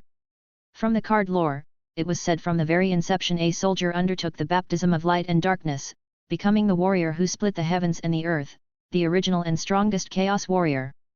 After this battle, have you not realized your own flaws? This. My lord, you and the avian both underwent the trial, but the avian seeks to make duelists more courageous and fearless, while you were merely a friend called over. Yet, until the duel ended, you never resolved your issues with the avian, always arguing with each other. I can understand your friendship, but the failure of the ritual, both of you made mistakes in your own ways. When warriors from another world make mistakes, they don't complain. Rather, they trust each other and have each other's backs with cards capable of turning the tide. You, however, activated your trap prematurely just to show off your power. You truly shouldn't leave with this warrior because your training is still far from enough. I understand now, Chaos Warrior. Gaia's face showed a hint of shame as he lowered his head and sincerely said to Hikaru, warrior from another world, this time, it was my failure. In the future, I will personally apologize. Hikaru and Jaden exchanged a glance, then smiled and said softly, it's all right. Acknowledging others is also part of fusion. To you, rituals are the most respected, and to me, fusion is the noblest. There's no real difference, just differing beliefs. So you don't need to feel embarrassed about it. After hearing Hikaru's words, Gaia lowered his head even further. Dual spirits were truly innocent. If it had been a real person hearing Chaos Warrior's lecture, they definitely wouldn't have accepted it so easily and would have at least tried to argue. Chaos Warrior gently nodded, then looked at Hikaru, extending his hand. A purple glow slowly emanated from his hand, enveloping Hikaru's body. The light gradually turned into a purple card and fell into his hand. Very well. Warrior from another world, as agreed, Gaia should have followed you. But since he cannot leave, I will personally bestow upon you the power you deserve. This fusion power within me is now yours. Jaden, who stood beside him, along with Hikaru, was utterly stunned, staring wide-eyed at the card. Master of Chaos. Its fusion materials are Dark Magician and a Chaos Ritual Monster, a fusion monster. No wonder he's the original Chaos Warrior, such power is incomparable. Immediately after, the Chaos Warrior raised his sword again and drew a circle in the air. The circle began to spin wildly, and soon, a brand new portal appeared, even showing a completely different scene on the other side. Well then, without further ado, I will personally send you back to your world. May I ask, Chaos Warrior, how will you send us back? Hikaru asked, a little curious. At that moment, the Chaos Warrior finally smiled slightly. You don't think you were sent to this world and are now in prison, do you? Hey! Ah! When the two of them followed the Chaos Warrior to a door, they finally understood. It turned out they had been intercepted during their transfer by the Chaos Warrior using his own power. Now, all they needed to do was enter the dimensional gate and return to their world. Warriors from another dimension, I welcome you to come again sometime, said the Chaos Warrior before they left. However, guarding the underworld is also my duty. I hope that when you return to your dimension, you do not speak of the secrets of this world. Don't worry, Mr. Chaos Warrior. Jaden raised his right arm and bent it, patting his bicep with his left hand, confidently saying, we'll never speak of this world's secrets. Jaden and Avian are quite familiar, so we can just say we came from a world of heroes. Hikaru also looked up, stroking his chin as he thought of an excuse. The Chaos Warrior nodded gently. Then, farewell. Warriors who seek a higher realm. Chapter 16, Adaptation. Passing through the door, Hikaru felt countless beams of light pass through his body. His body seemed to shatter into countless pieces, being scrambled, until the sunlight reappeared, and his body began to reassemble, eventually becoming a person and landing on the ground. Ugh! Hikaru landed on the ground, his legs gave way, and he almost collapsed. So heavy! So heavy! He felt his body and limbs suddenly become countless times heavier. The sky seemed to have entered dusk, and the time flow of the two dimensions seemed to be the same. Jaden! Hikaru! While Hikaru was still feeling dazed, someone had already rushed over to them, asking anxiously, are you all right? Oh! I'm fine. Jaden said casually. Hikaru shook his head hard and looked at Cirrus and Chumley. After a brief pause, he spoke, I'm fine too, just a little dizzy. It's a normal phenomenon, meow. Teacher Banner pushed up his glasses and said with a smile, Jaden has extraordinary adaptability, so he's fine coming back to the real world, but Hikaru, your adaptability isn't that high, so you'll need to rest for a while. And it's an old model, so it's a bit more damaging to the body. Normally, people would need 5 or 6 days to recover, meow. Is that so? Hikaru nodded, understanding.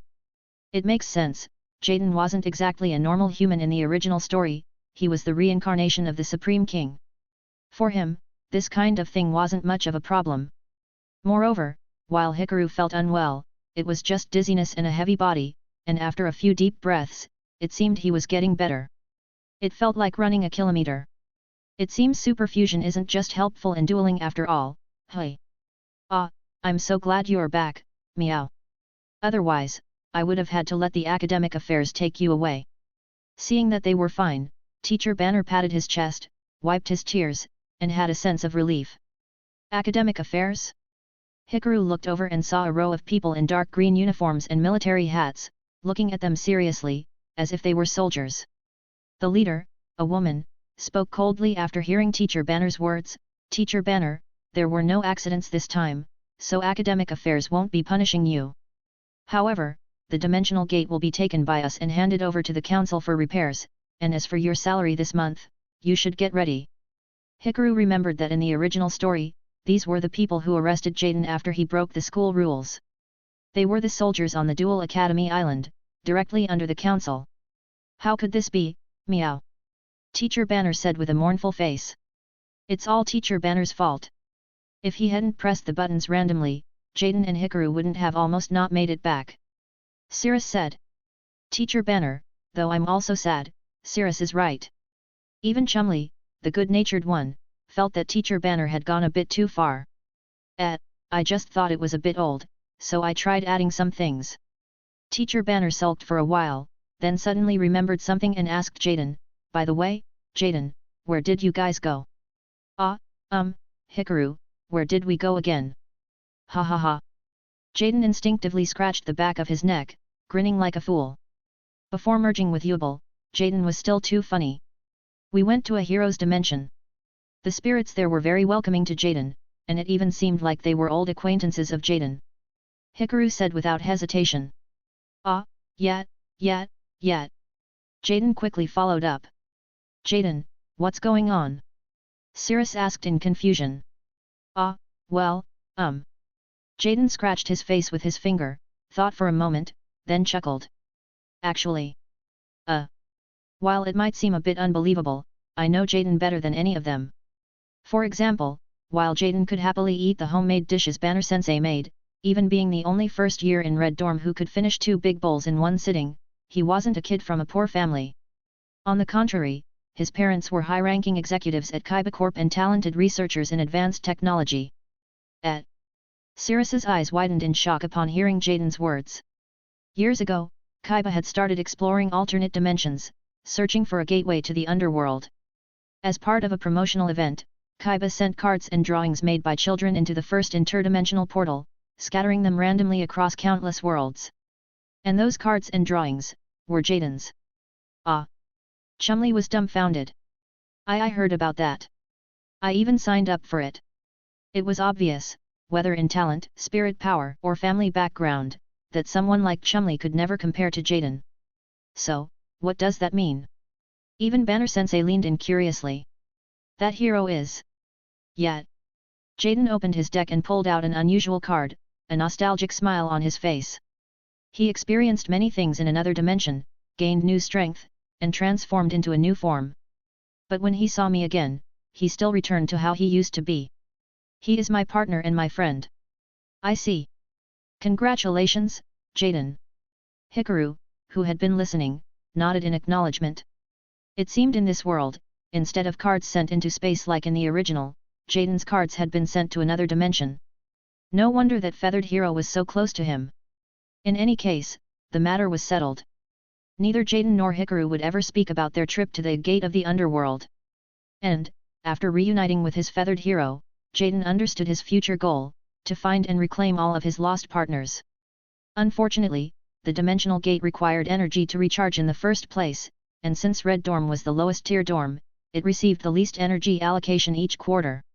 In the first place, it wasn't used much, and now that the Academic Affairs Department had taken it, it was unlikely that anyone could use it for some time. Jaden and others happily prepared to go to the cafeteria to wait for Banner to cook, while Cirrus and Chumley kept asking Jaden more details. Banner had been explaining things to the teachers from the Academic Affairs Department for a long time before he finally returned exhausted to the dormitory. He greeted Hikaru and thanked him for agreeing to participate in the tag team event. After watching Hikaru walk away, Banner slowly opened his eyes. I wasn't wrong. That student indeed has an extraordinarily high talent in alchemy. Alchemy, the science of those seeking immortality, but in this card world, it also had another name, fusion. He rubbed his eyes and felt a bit emotional. I never expected to meet a student with such talent at the final stage of my life. At the same time, at the highest level of the Fusion Club, a figure stumbled out of the dimensional gate, falling to the ground and coughing violently. Beside him stood the emotionless head of the Fusion Club, Leo Akaba. Can you stand up? Of course, I can, Professor. The student struggled to push himself up with his hands and stood up with effort. Good. In a few days, when your body has fully recovered, go and finish what's in your heart. Don't disappoint me. Wait for me, Hikaru, I'll have my revenge. The student's eyes blazed with fire as if he could burn someone alive with his gaze. He struggled to get up, leaning against the wall to barely stand, while his mind had no other emotions, only one thought, revenge.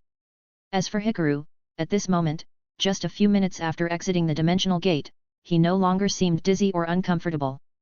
He casually bought a bread loaf and ate it while thinking about his deck and cards, and was already full of energy and bouncing around. Chapter 17, Win. The human world is different from other dimensions, spirits do not have a physical form here, and although Hikaru has the power of superfusion, unlike Jaden or Ches Princeton, who can directly see them, he can only barely hear the voices of the spirits. However, even just hearing their voices is quite impressive because, in the original story, Aster Phoenix, the Destiny hero user who also had spirits, couldn't even hear them. After stepping through the dimensional gate, Hikaru resumed attending his classes as usual. He wasn't sure if it was just his imagination, but Professor Banner, who used to be the only one talking at the podium while the students below either isolated themselves or slept, frequently asked him questions during class. But lately, when teaching Hikaru, Banner was especially enthusiastic, often asking Hikaru for his opinion after explaining a section of the lesson. Hikaru felt somewhat confused. In this world, alchemy was a real thing. As a super alchemist who had actually created the Philosopher's Stone, a top-tier alchemist who had truly achieved immortality, it wasn't strange that Professor Banner wanted to find an heir. After all, his immense talent had no successor. In the original story, he discovered the main character, Jaden, had an extraordinary talent for fusion, so before dying, he passed on the fruits of his life's work to Jaden, a card that in the anime, was considered the strongest fake card, the Philosopher's Stone. It could be transformed into any card the duelist imagined. This card did well, yet, Banner's knowledge and skills, those had no one to inherit them.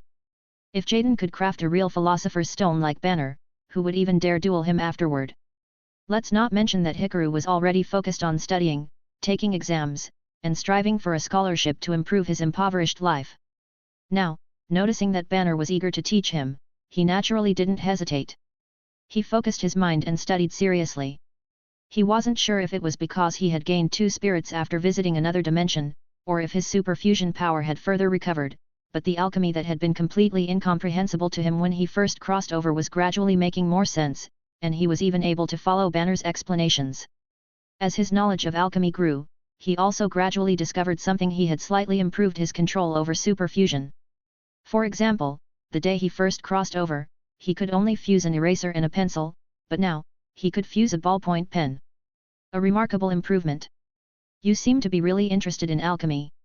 After the alchemy class one day, Hikaru was still furiously writing notes. It wasn't until he finished that he noticed someone in a yellow school uniform had appeared beside him. The person politely greeted him after he finished his notes. Who are you? Hikaru looked confused at the stranger beside him. Cough, cough. The stranger, seemingly surprised by Hikaru's response, continued, I heard you and Jaden went to another dimension. Did that big mouth Jaden start bragging again? Or was it serious?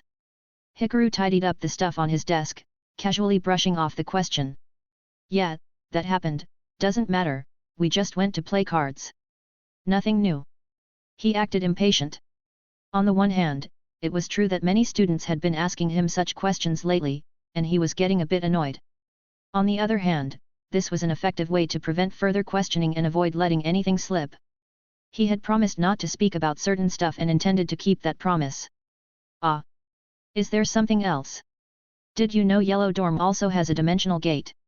Oh! Who are you? It's been this long, and you still haven't remembered my name. The boy looked speechless. Oh, I remember now, you're Korashino. Bastion Misawa. Hikaru, of course, didn't forget. In fact, this character in the original story was probably positioned as the third male lead and was the top freshman at Yellow Dorm, though he lost all presence in the later parts, so his name was often used for jokes. But for Hikaru, he was a great enemy. Because he was the top of the grade, a master of cultural courses. Since Hikaru wanted to win a scholarship to improve his life instead of just eating bread, dry and lonely, every day, Bastion was a challenge he had to overcome.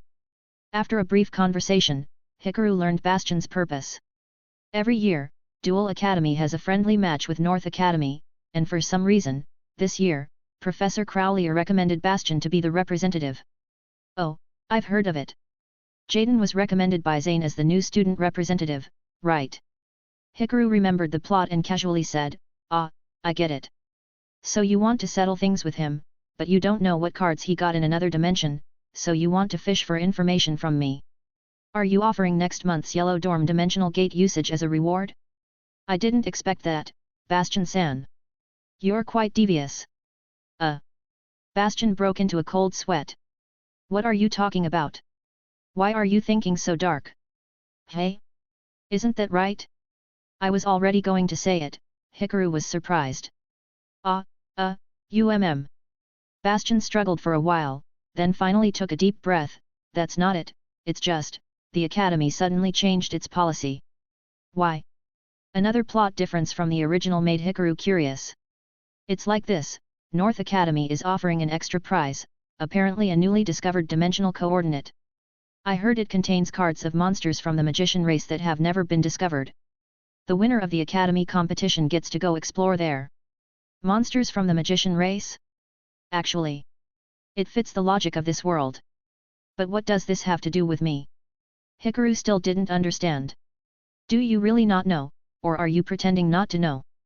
Bastion was a bit speechless, rubbed his hair, and said with some hesitation, Professor Leo Akiba from the Fusion Club recommended you. Hey! What the I've never even met him. What is this idiot up to? This is a conspiracy. Hikaru immediately realized that the old man surely had bad intentions. Otherwise, why would he recommend someone like him, someone he barely knew? That guy was undoubtedly not the good teacher type. Speaking of which, in the original, the final prize of this duel was Ms. Dorothy's kiss, which essentially meant the two principals of the academies had been constantly pursuing the welfare officer, so they were both very invested in this. In reality, it didn't really mean much to the academy students. That's why Hikaru had never paid attention to it before. But if there was another dimensional gate challenge reward, he would be interested. But a three-way battle is not allowed, so Professor Leo Akiba recommended a second-year student to test your qualifications. If you lose, you'll lose your eligibility. If you win, you'll be able to duel with me. With you? Hikaru raised an eyebrow and sized up Bastion. Bastion put on a confident smile. I'll surely beat Jaden. Hikaru took a sharp breath. Beat him? That Jaden? You. By the way, Professor Sardir said that this duel is also the second round of selection for Yellow Dorm's top spot, Bastion said, his eyes gleaming with focus. Sardir was the head teacher at the RA Yellow Dorm, at least in title as he had almost no presence. Top spot, hey. Hikaru mused. I won't let you have the top spot, Bastion said firmly, crossing his arms. Thanks, Bastion, for coming over and telling me all this. You're actually a good person, Hikaru said, feeling a bit emotional. His gaze suddenly turned firm as he looked at Bastion. By the way, whether it's the top spot or the first in the grade, I'll take it. Hikaru's eyes blazed. I'm going to win that scholarship, Shino. Otherwise, surviving on bread for a whole year would be impossible. It's Bastion. Bastion shouted angrily. Just wait. After I defeat Jaden, I'll make sure you remember my name. Chapter 18, Ban Order. Battle, Elemental Hero Great Tornado, Attack. Wow!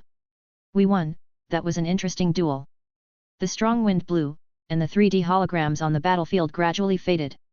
Bastion didn't have the hard-fought battle with Jaden like in the original and was defeated by Jaden in just 3 rounds with a powerful new card he obtained from another dimension. So that winged guy evolved into the Elemental Hero Great Tornado in another space. Elemental Hero Great Tornado, it's a potent fusion monster. Hikaru saw Bastion, looking dejected, walking off the duel field and approached him. Pfft! Hikaru laughed. Did he win? Of course, he lost. His talking big were all fleeting moments yesterday, and today he just lost to Jaden. Yo, Bastion! Haha, why didn't you ask me yesterday? Jaden realized one fusion card wasn't enough in the other dimension, so he added more fusion cards to his deck. If you had known, you wouldn't have been so foolish today, sealing only a single fusion.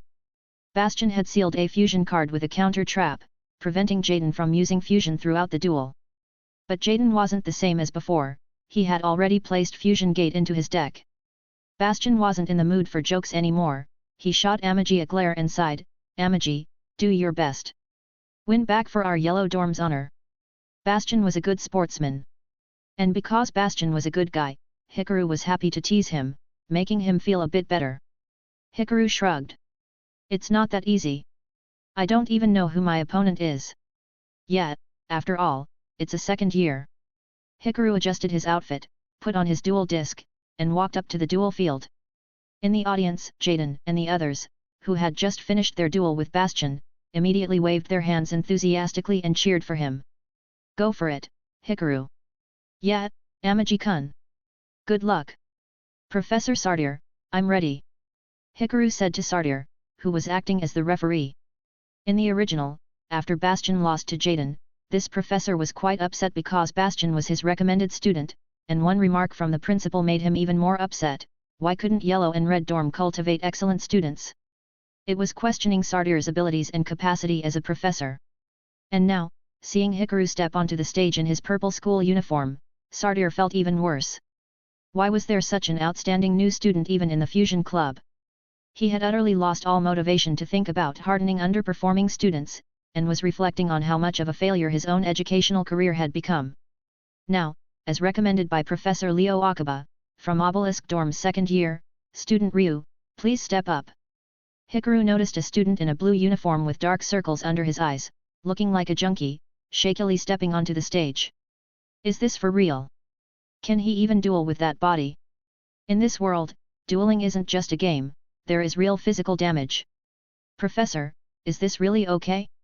Senpai's body looks a little off, Hikaru spoke up. Humph, stop pretending to be kind, Hikaru. Ryu said harshly. The way I am today is all because of you. Don't act like you're being considerate. I'm here to get revenge on you today. Hikaru fell silent for a long while. After hesitating for quite some time, he finally asked, You are? Don't joke around. With the question you are, Ryu completely lost his composure, nearly charging forward to punch Hikaru. He gritted his teeth and muttered, half a month ago, Fusion Club, theft. Hikaru's gaze instantly turned sharp. He remembered now. So it's you. Hikaru dueled with different students every day, especially those from the Fusion Club, and ever since he defeated the senior from Blue Dorm, he gained tremendous popularity among Fusion Club students from Red and Yellow academies. Day in, day out, morning to night, students would challenge him for a duel. With so many people, he couldn't remember every single one. Forgetting someone was perfectly normal. Hearing Ryu's words, he immediately recalled. So it was this guy. Then, today might be tough. Don't think that defeating such an opponent is easy. On the contrary, since he's already been defeated, the opponent is more familiar with his deck and is more likely to set up counter cards. But he's looking like he's caught a serious illness. It's indeed strange, though. Hikaru looked around, only to see several students wearing protective goggles and purple uniforms, crowding around a big guy in a purple cloak who walked into the venue and sat in the back row, expressionless, staring at the stage. Leo Akaba. Hikaru frowned.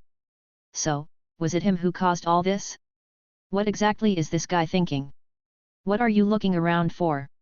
Ryu yelled. Fine, Hikaru responded. Duel. ×2. Hikaru, LP, 4000. Ryu, LP, 4000. As a senior, I'll let you go first. Here we go again. Fine. My turn, draw. Hikaru glanced at his hand. He wasn't sure what deck his opponent was using this time.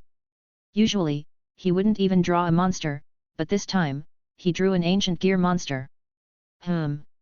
Master, it seems like the opponent isn't very popular among my colleagues, Hikaru heard the flame swordsman's comment.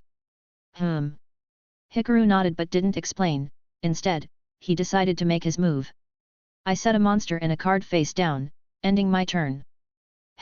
What about your fusion? Can't use it, or do you have another plan? Ryu glared at Hikaru, a cold smile on his face. Whatever, because I've already seen through you.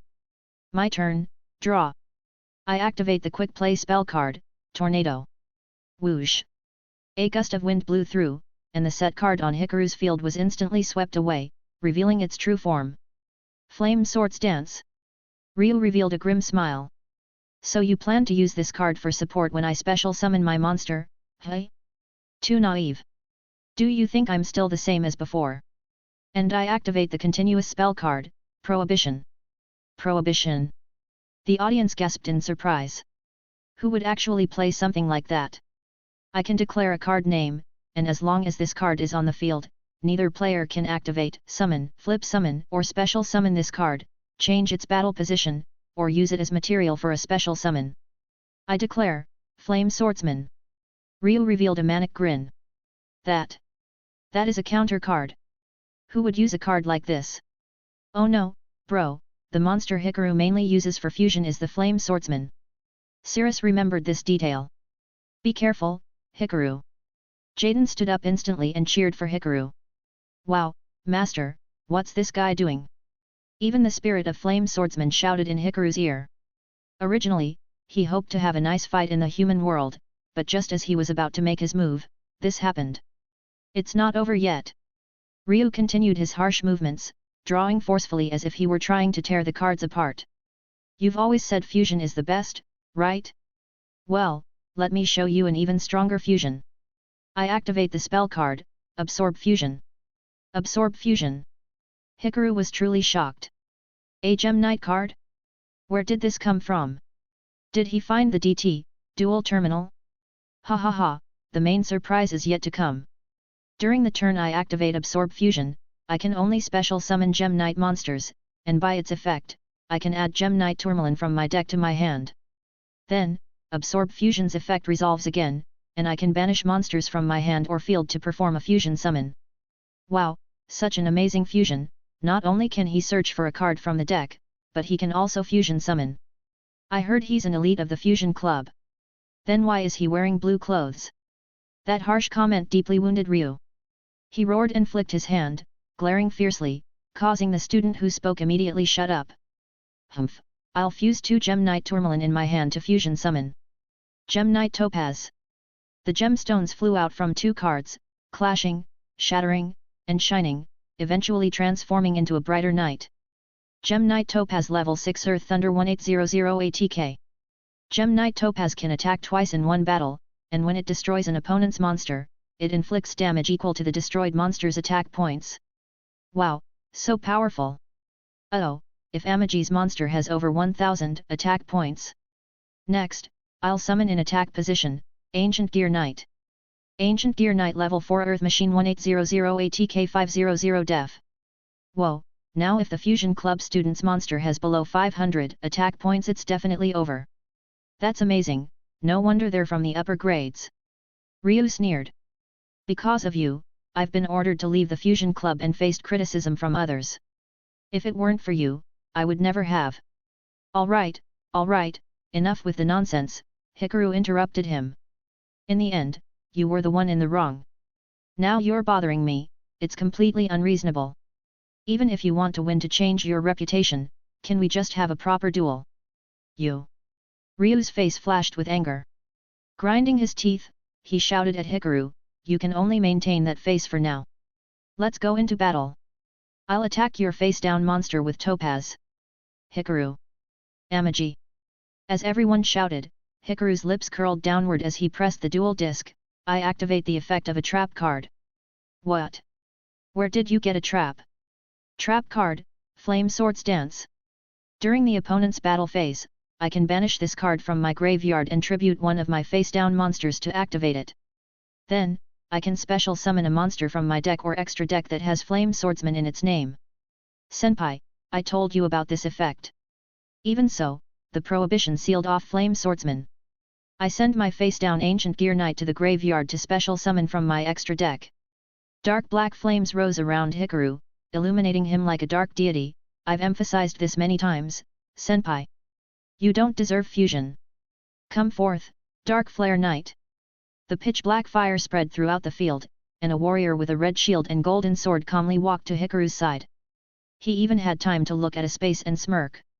Dark Flare Knight Level 6 Dark Warrior 2200 ATK. Fusion materials are Dark Magician and Flame Swordsman. Chapter 19, Not Sticking to Your Own Fusion Material. Although Prohibition prevents the summon of the Flame Swordsman, as an upgrade of the Flame Swordsman, the Dark Flare Knight is free from that ban. Of course, generally speaking, without a fusion between Dark Magician and Flame Swordsman, Dark Flare Knight cannot be summoned in this world. But Hikaru's trap card dealt Ryu a severe slap across the face, as Dark Flare Knight doesn't have Flame Swordsman in its name, and Flame Swords Dance can also special summon a monster that mentions Flame Swordsman aside from its name. A fusion card that can be activated from the graveyard? That's amazing. No, that's beyond amazing. Using a card from the graveyard and a monster on the field to bypass the normal fusion process to summon a fusion monster. That's just too strong. Beside them, Jaden, who had been a bit worried earlier, now saw that Hikaru not only took no damage but even restricted his opponent, and immediately high-fived Cirrus in celebration. TCH. I set a card and end my turn. Ryu wiped the sweat from his forehead and glared at Hikaru through gritted teeth. My turn, draw. Hikaru examined his hand, and let out a wow. Good. It looks like I am going to fuse again. Although Ryu's face showed tension, deep down he already had a winning strategy prepared. His set card was the Sacred Shield, Mirror Force. Ever since he lost to Hikaru, ever since he was kicked out by the Fusion Club, ever since Professor Crowley publicly criticized him, he has been thinking day and night about how to defeat Hikaru. In his view, the Yellow Dorm is just the Yellow Dorm, and the Blue Dorm should be riding on the Yellow Dorm's head, even if they are all members of the Fusion Club, it should be so. So he never felt that he was at fault, it was Hikaru who dared to defy him, it was that guy who didn't know gratitude and Professor Crowley who didn't stand up for him. And after receiving help from Professor Leo Akiba, he finally got the chance for revenge. Following Professor Leo Akiba's teachings, he went to another dimension and searched for several Gem Knight cards, but these were only secondary. What was truly important was the boundless dark power hidden in that dimension. According to Professor Leo Akiba's teachings, he imbued his deck with shadow. As long as he defeated Hikaru, he could make Hikaru lose his arrogant confidence, even directly erode it into his own power. And this trap card is the strategy he painstakingly devised after many days of contemplation. Hikaru can duel with a full fusion deck, which is indeed very formidable, but as everyone knows, these fusions do not have the effect of destroying cards. No matter what fusion monster it is, as long as it attacks. Senpai. Hikaru examined the card in his hand, gently twirling one card while gazing at the sky as if deep in thought. Actually, after that, I also thought for a long time, sometimes wondering if I had done something wrong back then. At this point you finally realize you must apologize to me. After thinking for half a month, I finally concluded. Hikaru refocused his gaze on his opponent, and smiled. I was not wrong. I was absolutely right. I pay 2,000 life points to activate the spell card, Lullaby of Obedience. What is that? Hikaru stroked his chin. I originally intended to use this when dueling Jaden. After all, heroes are extremely high-quality fusion materials. Hey, Hikaru, what are you saying? Are you trying to steal my hero? From below, Jaden raised his fist to protest Hikaru. This is also called. Enough, stop talking. I know what you're trying to say. Hikaru interrupted him, is this even called fusion? That's too narrow-minded, senpai. In a duel, it's never been said that only one's own monsters can serve as fusion materials. Hey! You're standing here today, talking nonsense, saying something about revenge, even bringing cards specifically to counter my deck.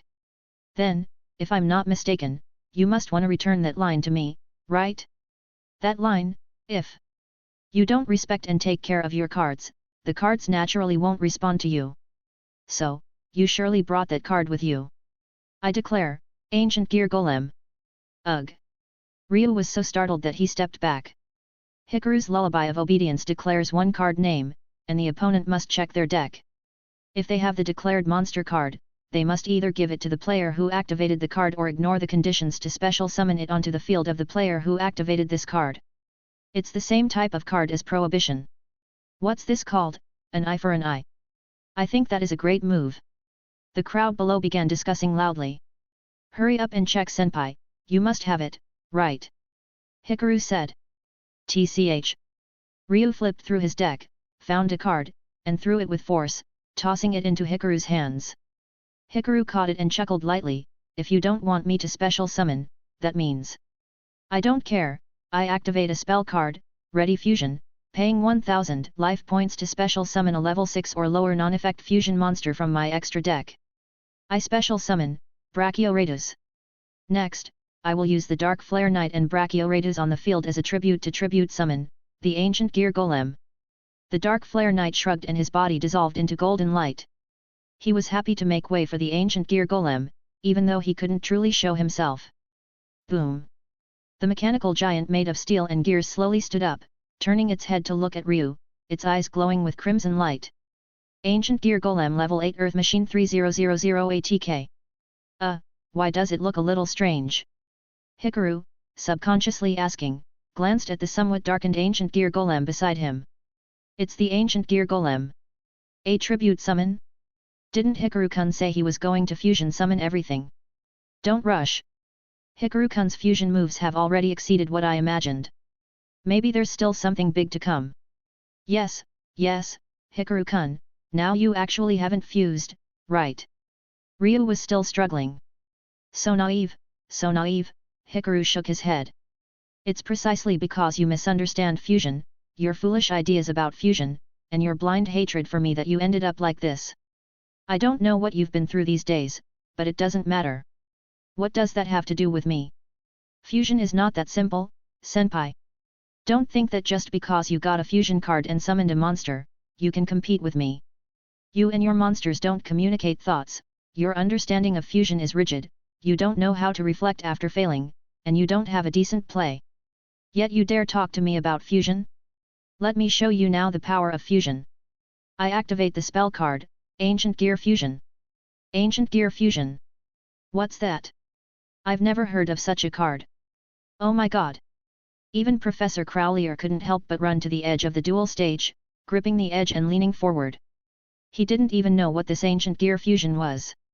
As the name suggests, Ancient Gear Fusion is a fusion card specifically for Ancient Gear monsters. You can use monsters from the field or your hand as fusion materials to fusion summon an Ancient Gear Fusion monster. However, when using an existing Ancient Gear Golem on the field as a fusion material, this card can also use monsters from the deck as fusion materials. From the deck. A monster from the deck. Fusion. Everyone watching gasped in astonishment. We know you like fusion, but isn't this a bit too powerful? It's starting. Hikaru raised his right hand, pointing at the sky. I will fuse the Ancient Gear Golem on the field, the Ancient Gear Golem and Ancient Gear Knight from my deck as fusion materials, and perform a fusion summon.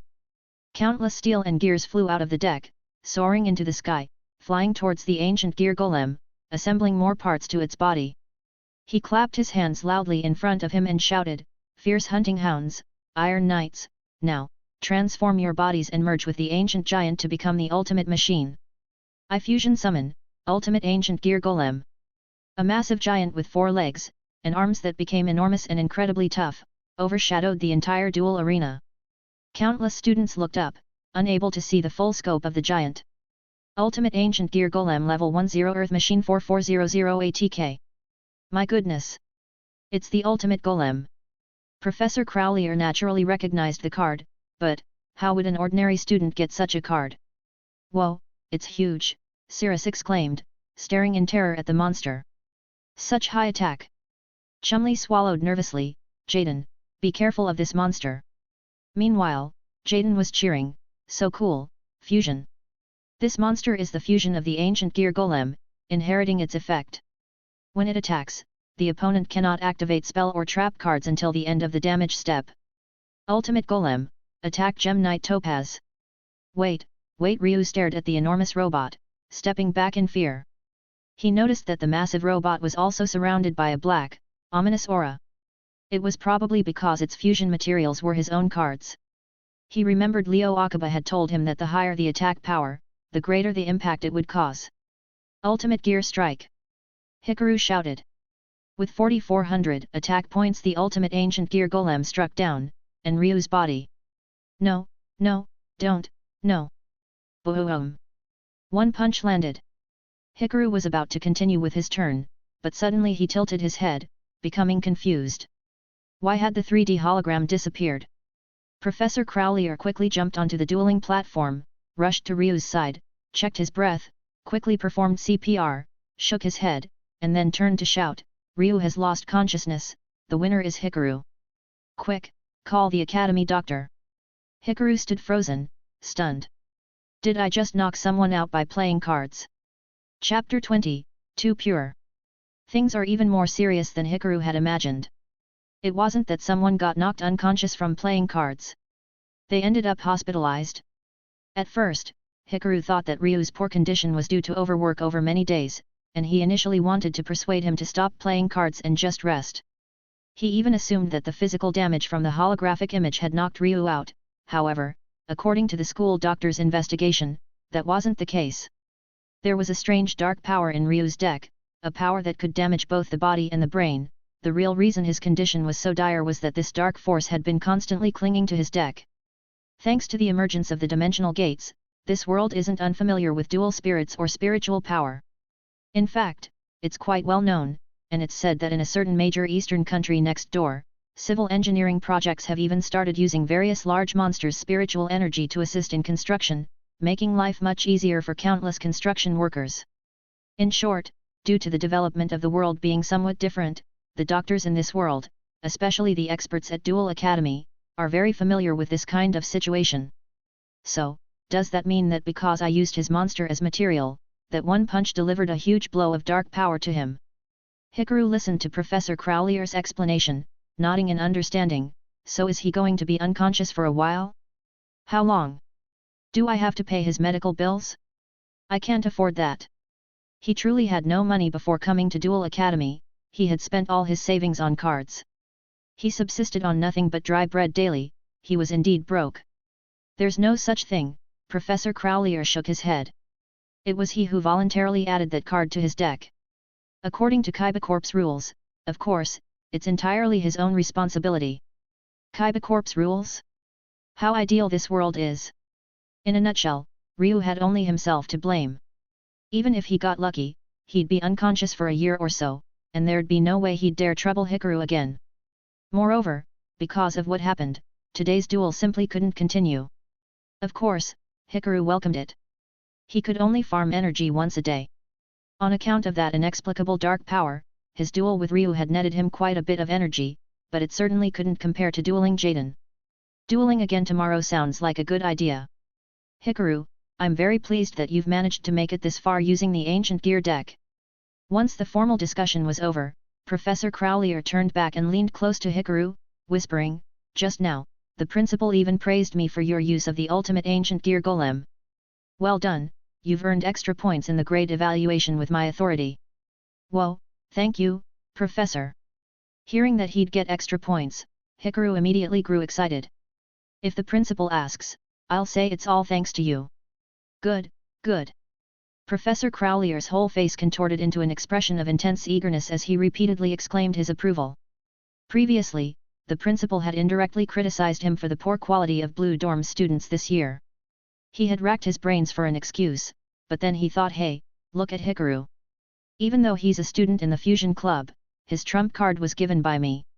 He didn't even know where Hikaru's ultimate golem came from, and he couldn't possibly ask his students about private matters, but everyone knows this is his, Professor Crowley's, ace card. That's why the principal thought he had taught Hikaru. When did he ever teach Hikaru? It was more like Professor Banner who did, but he still accepted it. There was nothing he could do, he simply had too much pride. Yet Professor Crowley never expected Hikaru to be so easygoing. It seems I haven't paid enough attention to students from other dorms. There are many good students in the other dorms, too. He had been reflecting on his failures in education these past few days. Perhaps, red and yellow aren't hopeless cases, it's just that he'd never really focused on them. Professor Crowley then announced that the final qualification tournament would be held tomorrow. The students serving as spectators cheered and discussed among themselves who had the best chance to win. Some believed that the attack power of the ultimate golem was unbeatable, others argued that attack power was only one aspect and that the elemental hero Great Tornado could reduce the ultimate golem's attack by half, possibly overcoming it. Opinions were mixed, and no one could reach a consensus. Congratulations, Hikaru. It seems you've come further than I have. After Hikaru's turn ended, Bastion was the first to congratulate him. It's just luck, since the opponent still has one more turn. If he draws some really powerful card, I might not even be able to win. Haha, excessive self-deprecation only makes people angry. Bastion continued laughing. Hikaru glanced around. Where's Jaden? After hearing of your improvement, he rushed out, saying he needed to adjust his decks. Hikaru nodded. Dueling isn't just about on-the-spot performance, adjusting your deck before a duel is also a crucial step. Ah, speaking of which, I have some cards I can lend you. Do you want them? Bastion scratched his cheek a little awkwardly. Even though he had lost to Jaden, he still wanted to join in on the fun and participate in some way, just to get a feel for it. If his cards ended up defeating Jaden's, that wouldn't be a bad thing either. No, never mind. Bastion was a very wealthy person, not in terms of family background, but in terms of his card collection. In the original work, he owned 6 complete decks, each representing earth, water, fire, wind, light, and dark. And, beyond those 6, he even had a 7th deck. He was, in every sense, a card hoarder. Compared to the protagonist, who had spent all his savings just to put together a single deck, Bastion was truly rich. For someone like Hikaru, who lacked lower-level monsters and even had to borrow an ancient gear golem from his opponent, Bastion was an excellent source of support. But Hikaru was afraid that, mid-duel, he'd accidentally fuse Bastion's cards with super polymerization. If he couldn't return them afterward, that would be pretty embarrassing. Just thinking about it gave him a headache. His deck no longer had Ancient Gear Golem. His copy had already been completely fused into Ultimate Ancient Gear Golem. In tomorrow's duel against Jaden, there was no way he could just miraculously draw Lullaby of Obedience and pull an Ancient Gear Golem from Jaden's deck, right? Well, at least that was a minor issue for now. By the way, Bastion, did you see where Professor Akiba went? Hikaru asked thoughtfully. Ah, he left as soon as you fused into the Ultimate Golem. He seemed busy. Bastion frowned in confusion. He was a sharp observer and had noticed many details. To be honest, it's strange. Aren't you the representative of the Fusion Club? He didn't seem too happy about it. What kind of scheme is that old man up to? Hikaru furrowed his brows. Why did that bald egg use Ryu to target him? He began recalling his past actions in the Fusion Club, trying to pinpoint anything that didn't align with standard fusion principles, but no matter how hard he thought, he couldn't figure it out. He was practically the purest fusion duelist there was. Leo Akiba had already returned to the Fusion Club's headquarters. That was amazing, Professor. Hikaru's performance was astounding. This time, our Fusion Club has a real shot at becoming the Academy's representative to duel against the Northern Branch students. A special dimensional coordinate, just hearing about it gets me fired up. Leo Akiba sat in his swivel chair, leaning back, his face expressionless. He let out a cold, indifferent hum, brushing off the praise. Professor, should we go watch tomorrow's match as well? The representative of the Yellow Dorm asked eagerly. Hikaru was, after all, a student from their dorm, and he felt a sense of pride in his success. Leo Akaba glanced at him. That glance alone carried an almost murderous intent, instantly scaring him into silence. Leo Akaba leaned back slightly, his cold gaze fixed on the large floor-to-ceiling window before him. Through the glass, he stared at the dueling arena, as if he were watching Hikaru himself. He had never been a man without purpose. Establishing the Fusion Club, becoming its lead instructor, and guiding students toward fanaticism and extremism, it was all for his own ultimate goal. What he needed were soldiers, absolute followers of his purpose, a strict hierarchy where everyone knew only how to obey. When he gave an order, they would follow it without question. What he didn't need was a student who truly, purely believed in fusion. Ultimate Ancient Gear Golem, that's not a card an ordinary student could get their hands on. Did that old bastard Crowley notice something? As expected of a legendary duelist, he really couldn't be underestimated. Fine. I'll let you have this victory for now. Once the exhibition match is over. Bam! He slammed his fist onto the desk, creating a loud, resounding impact that made the entire room tremble. Everyone around him instantly froze in terror, too scared to utter a single word. Thanks for listening.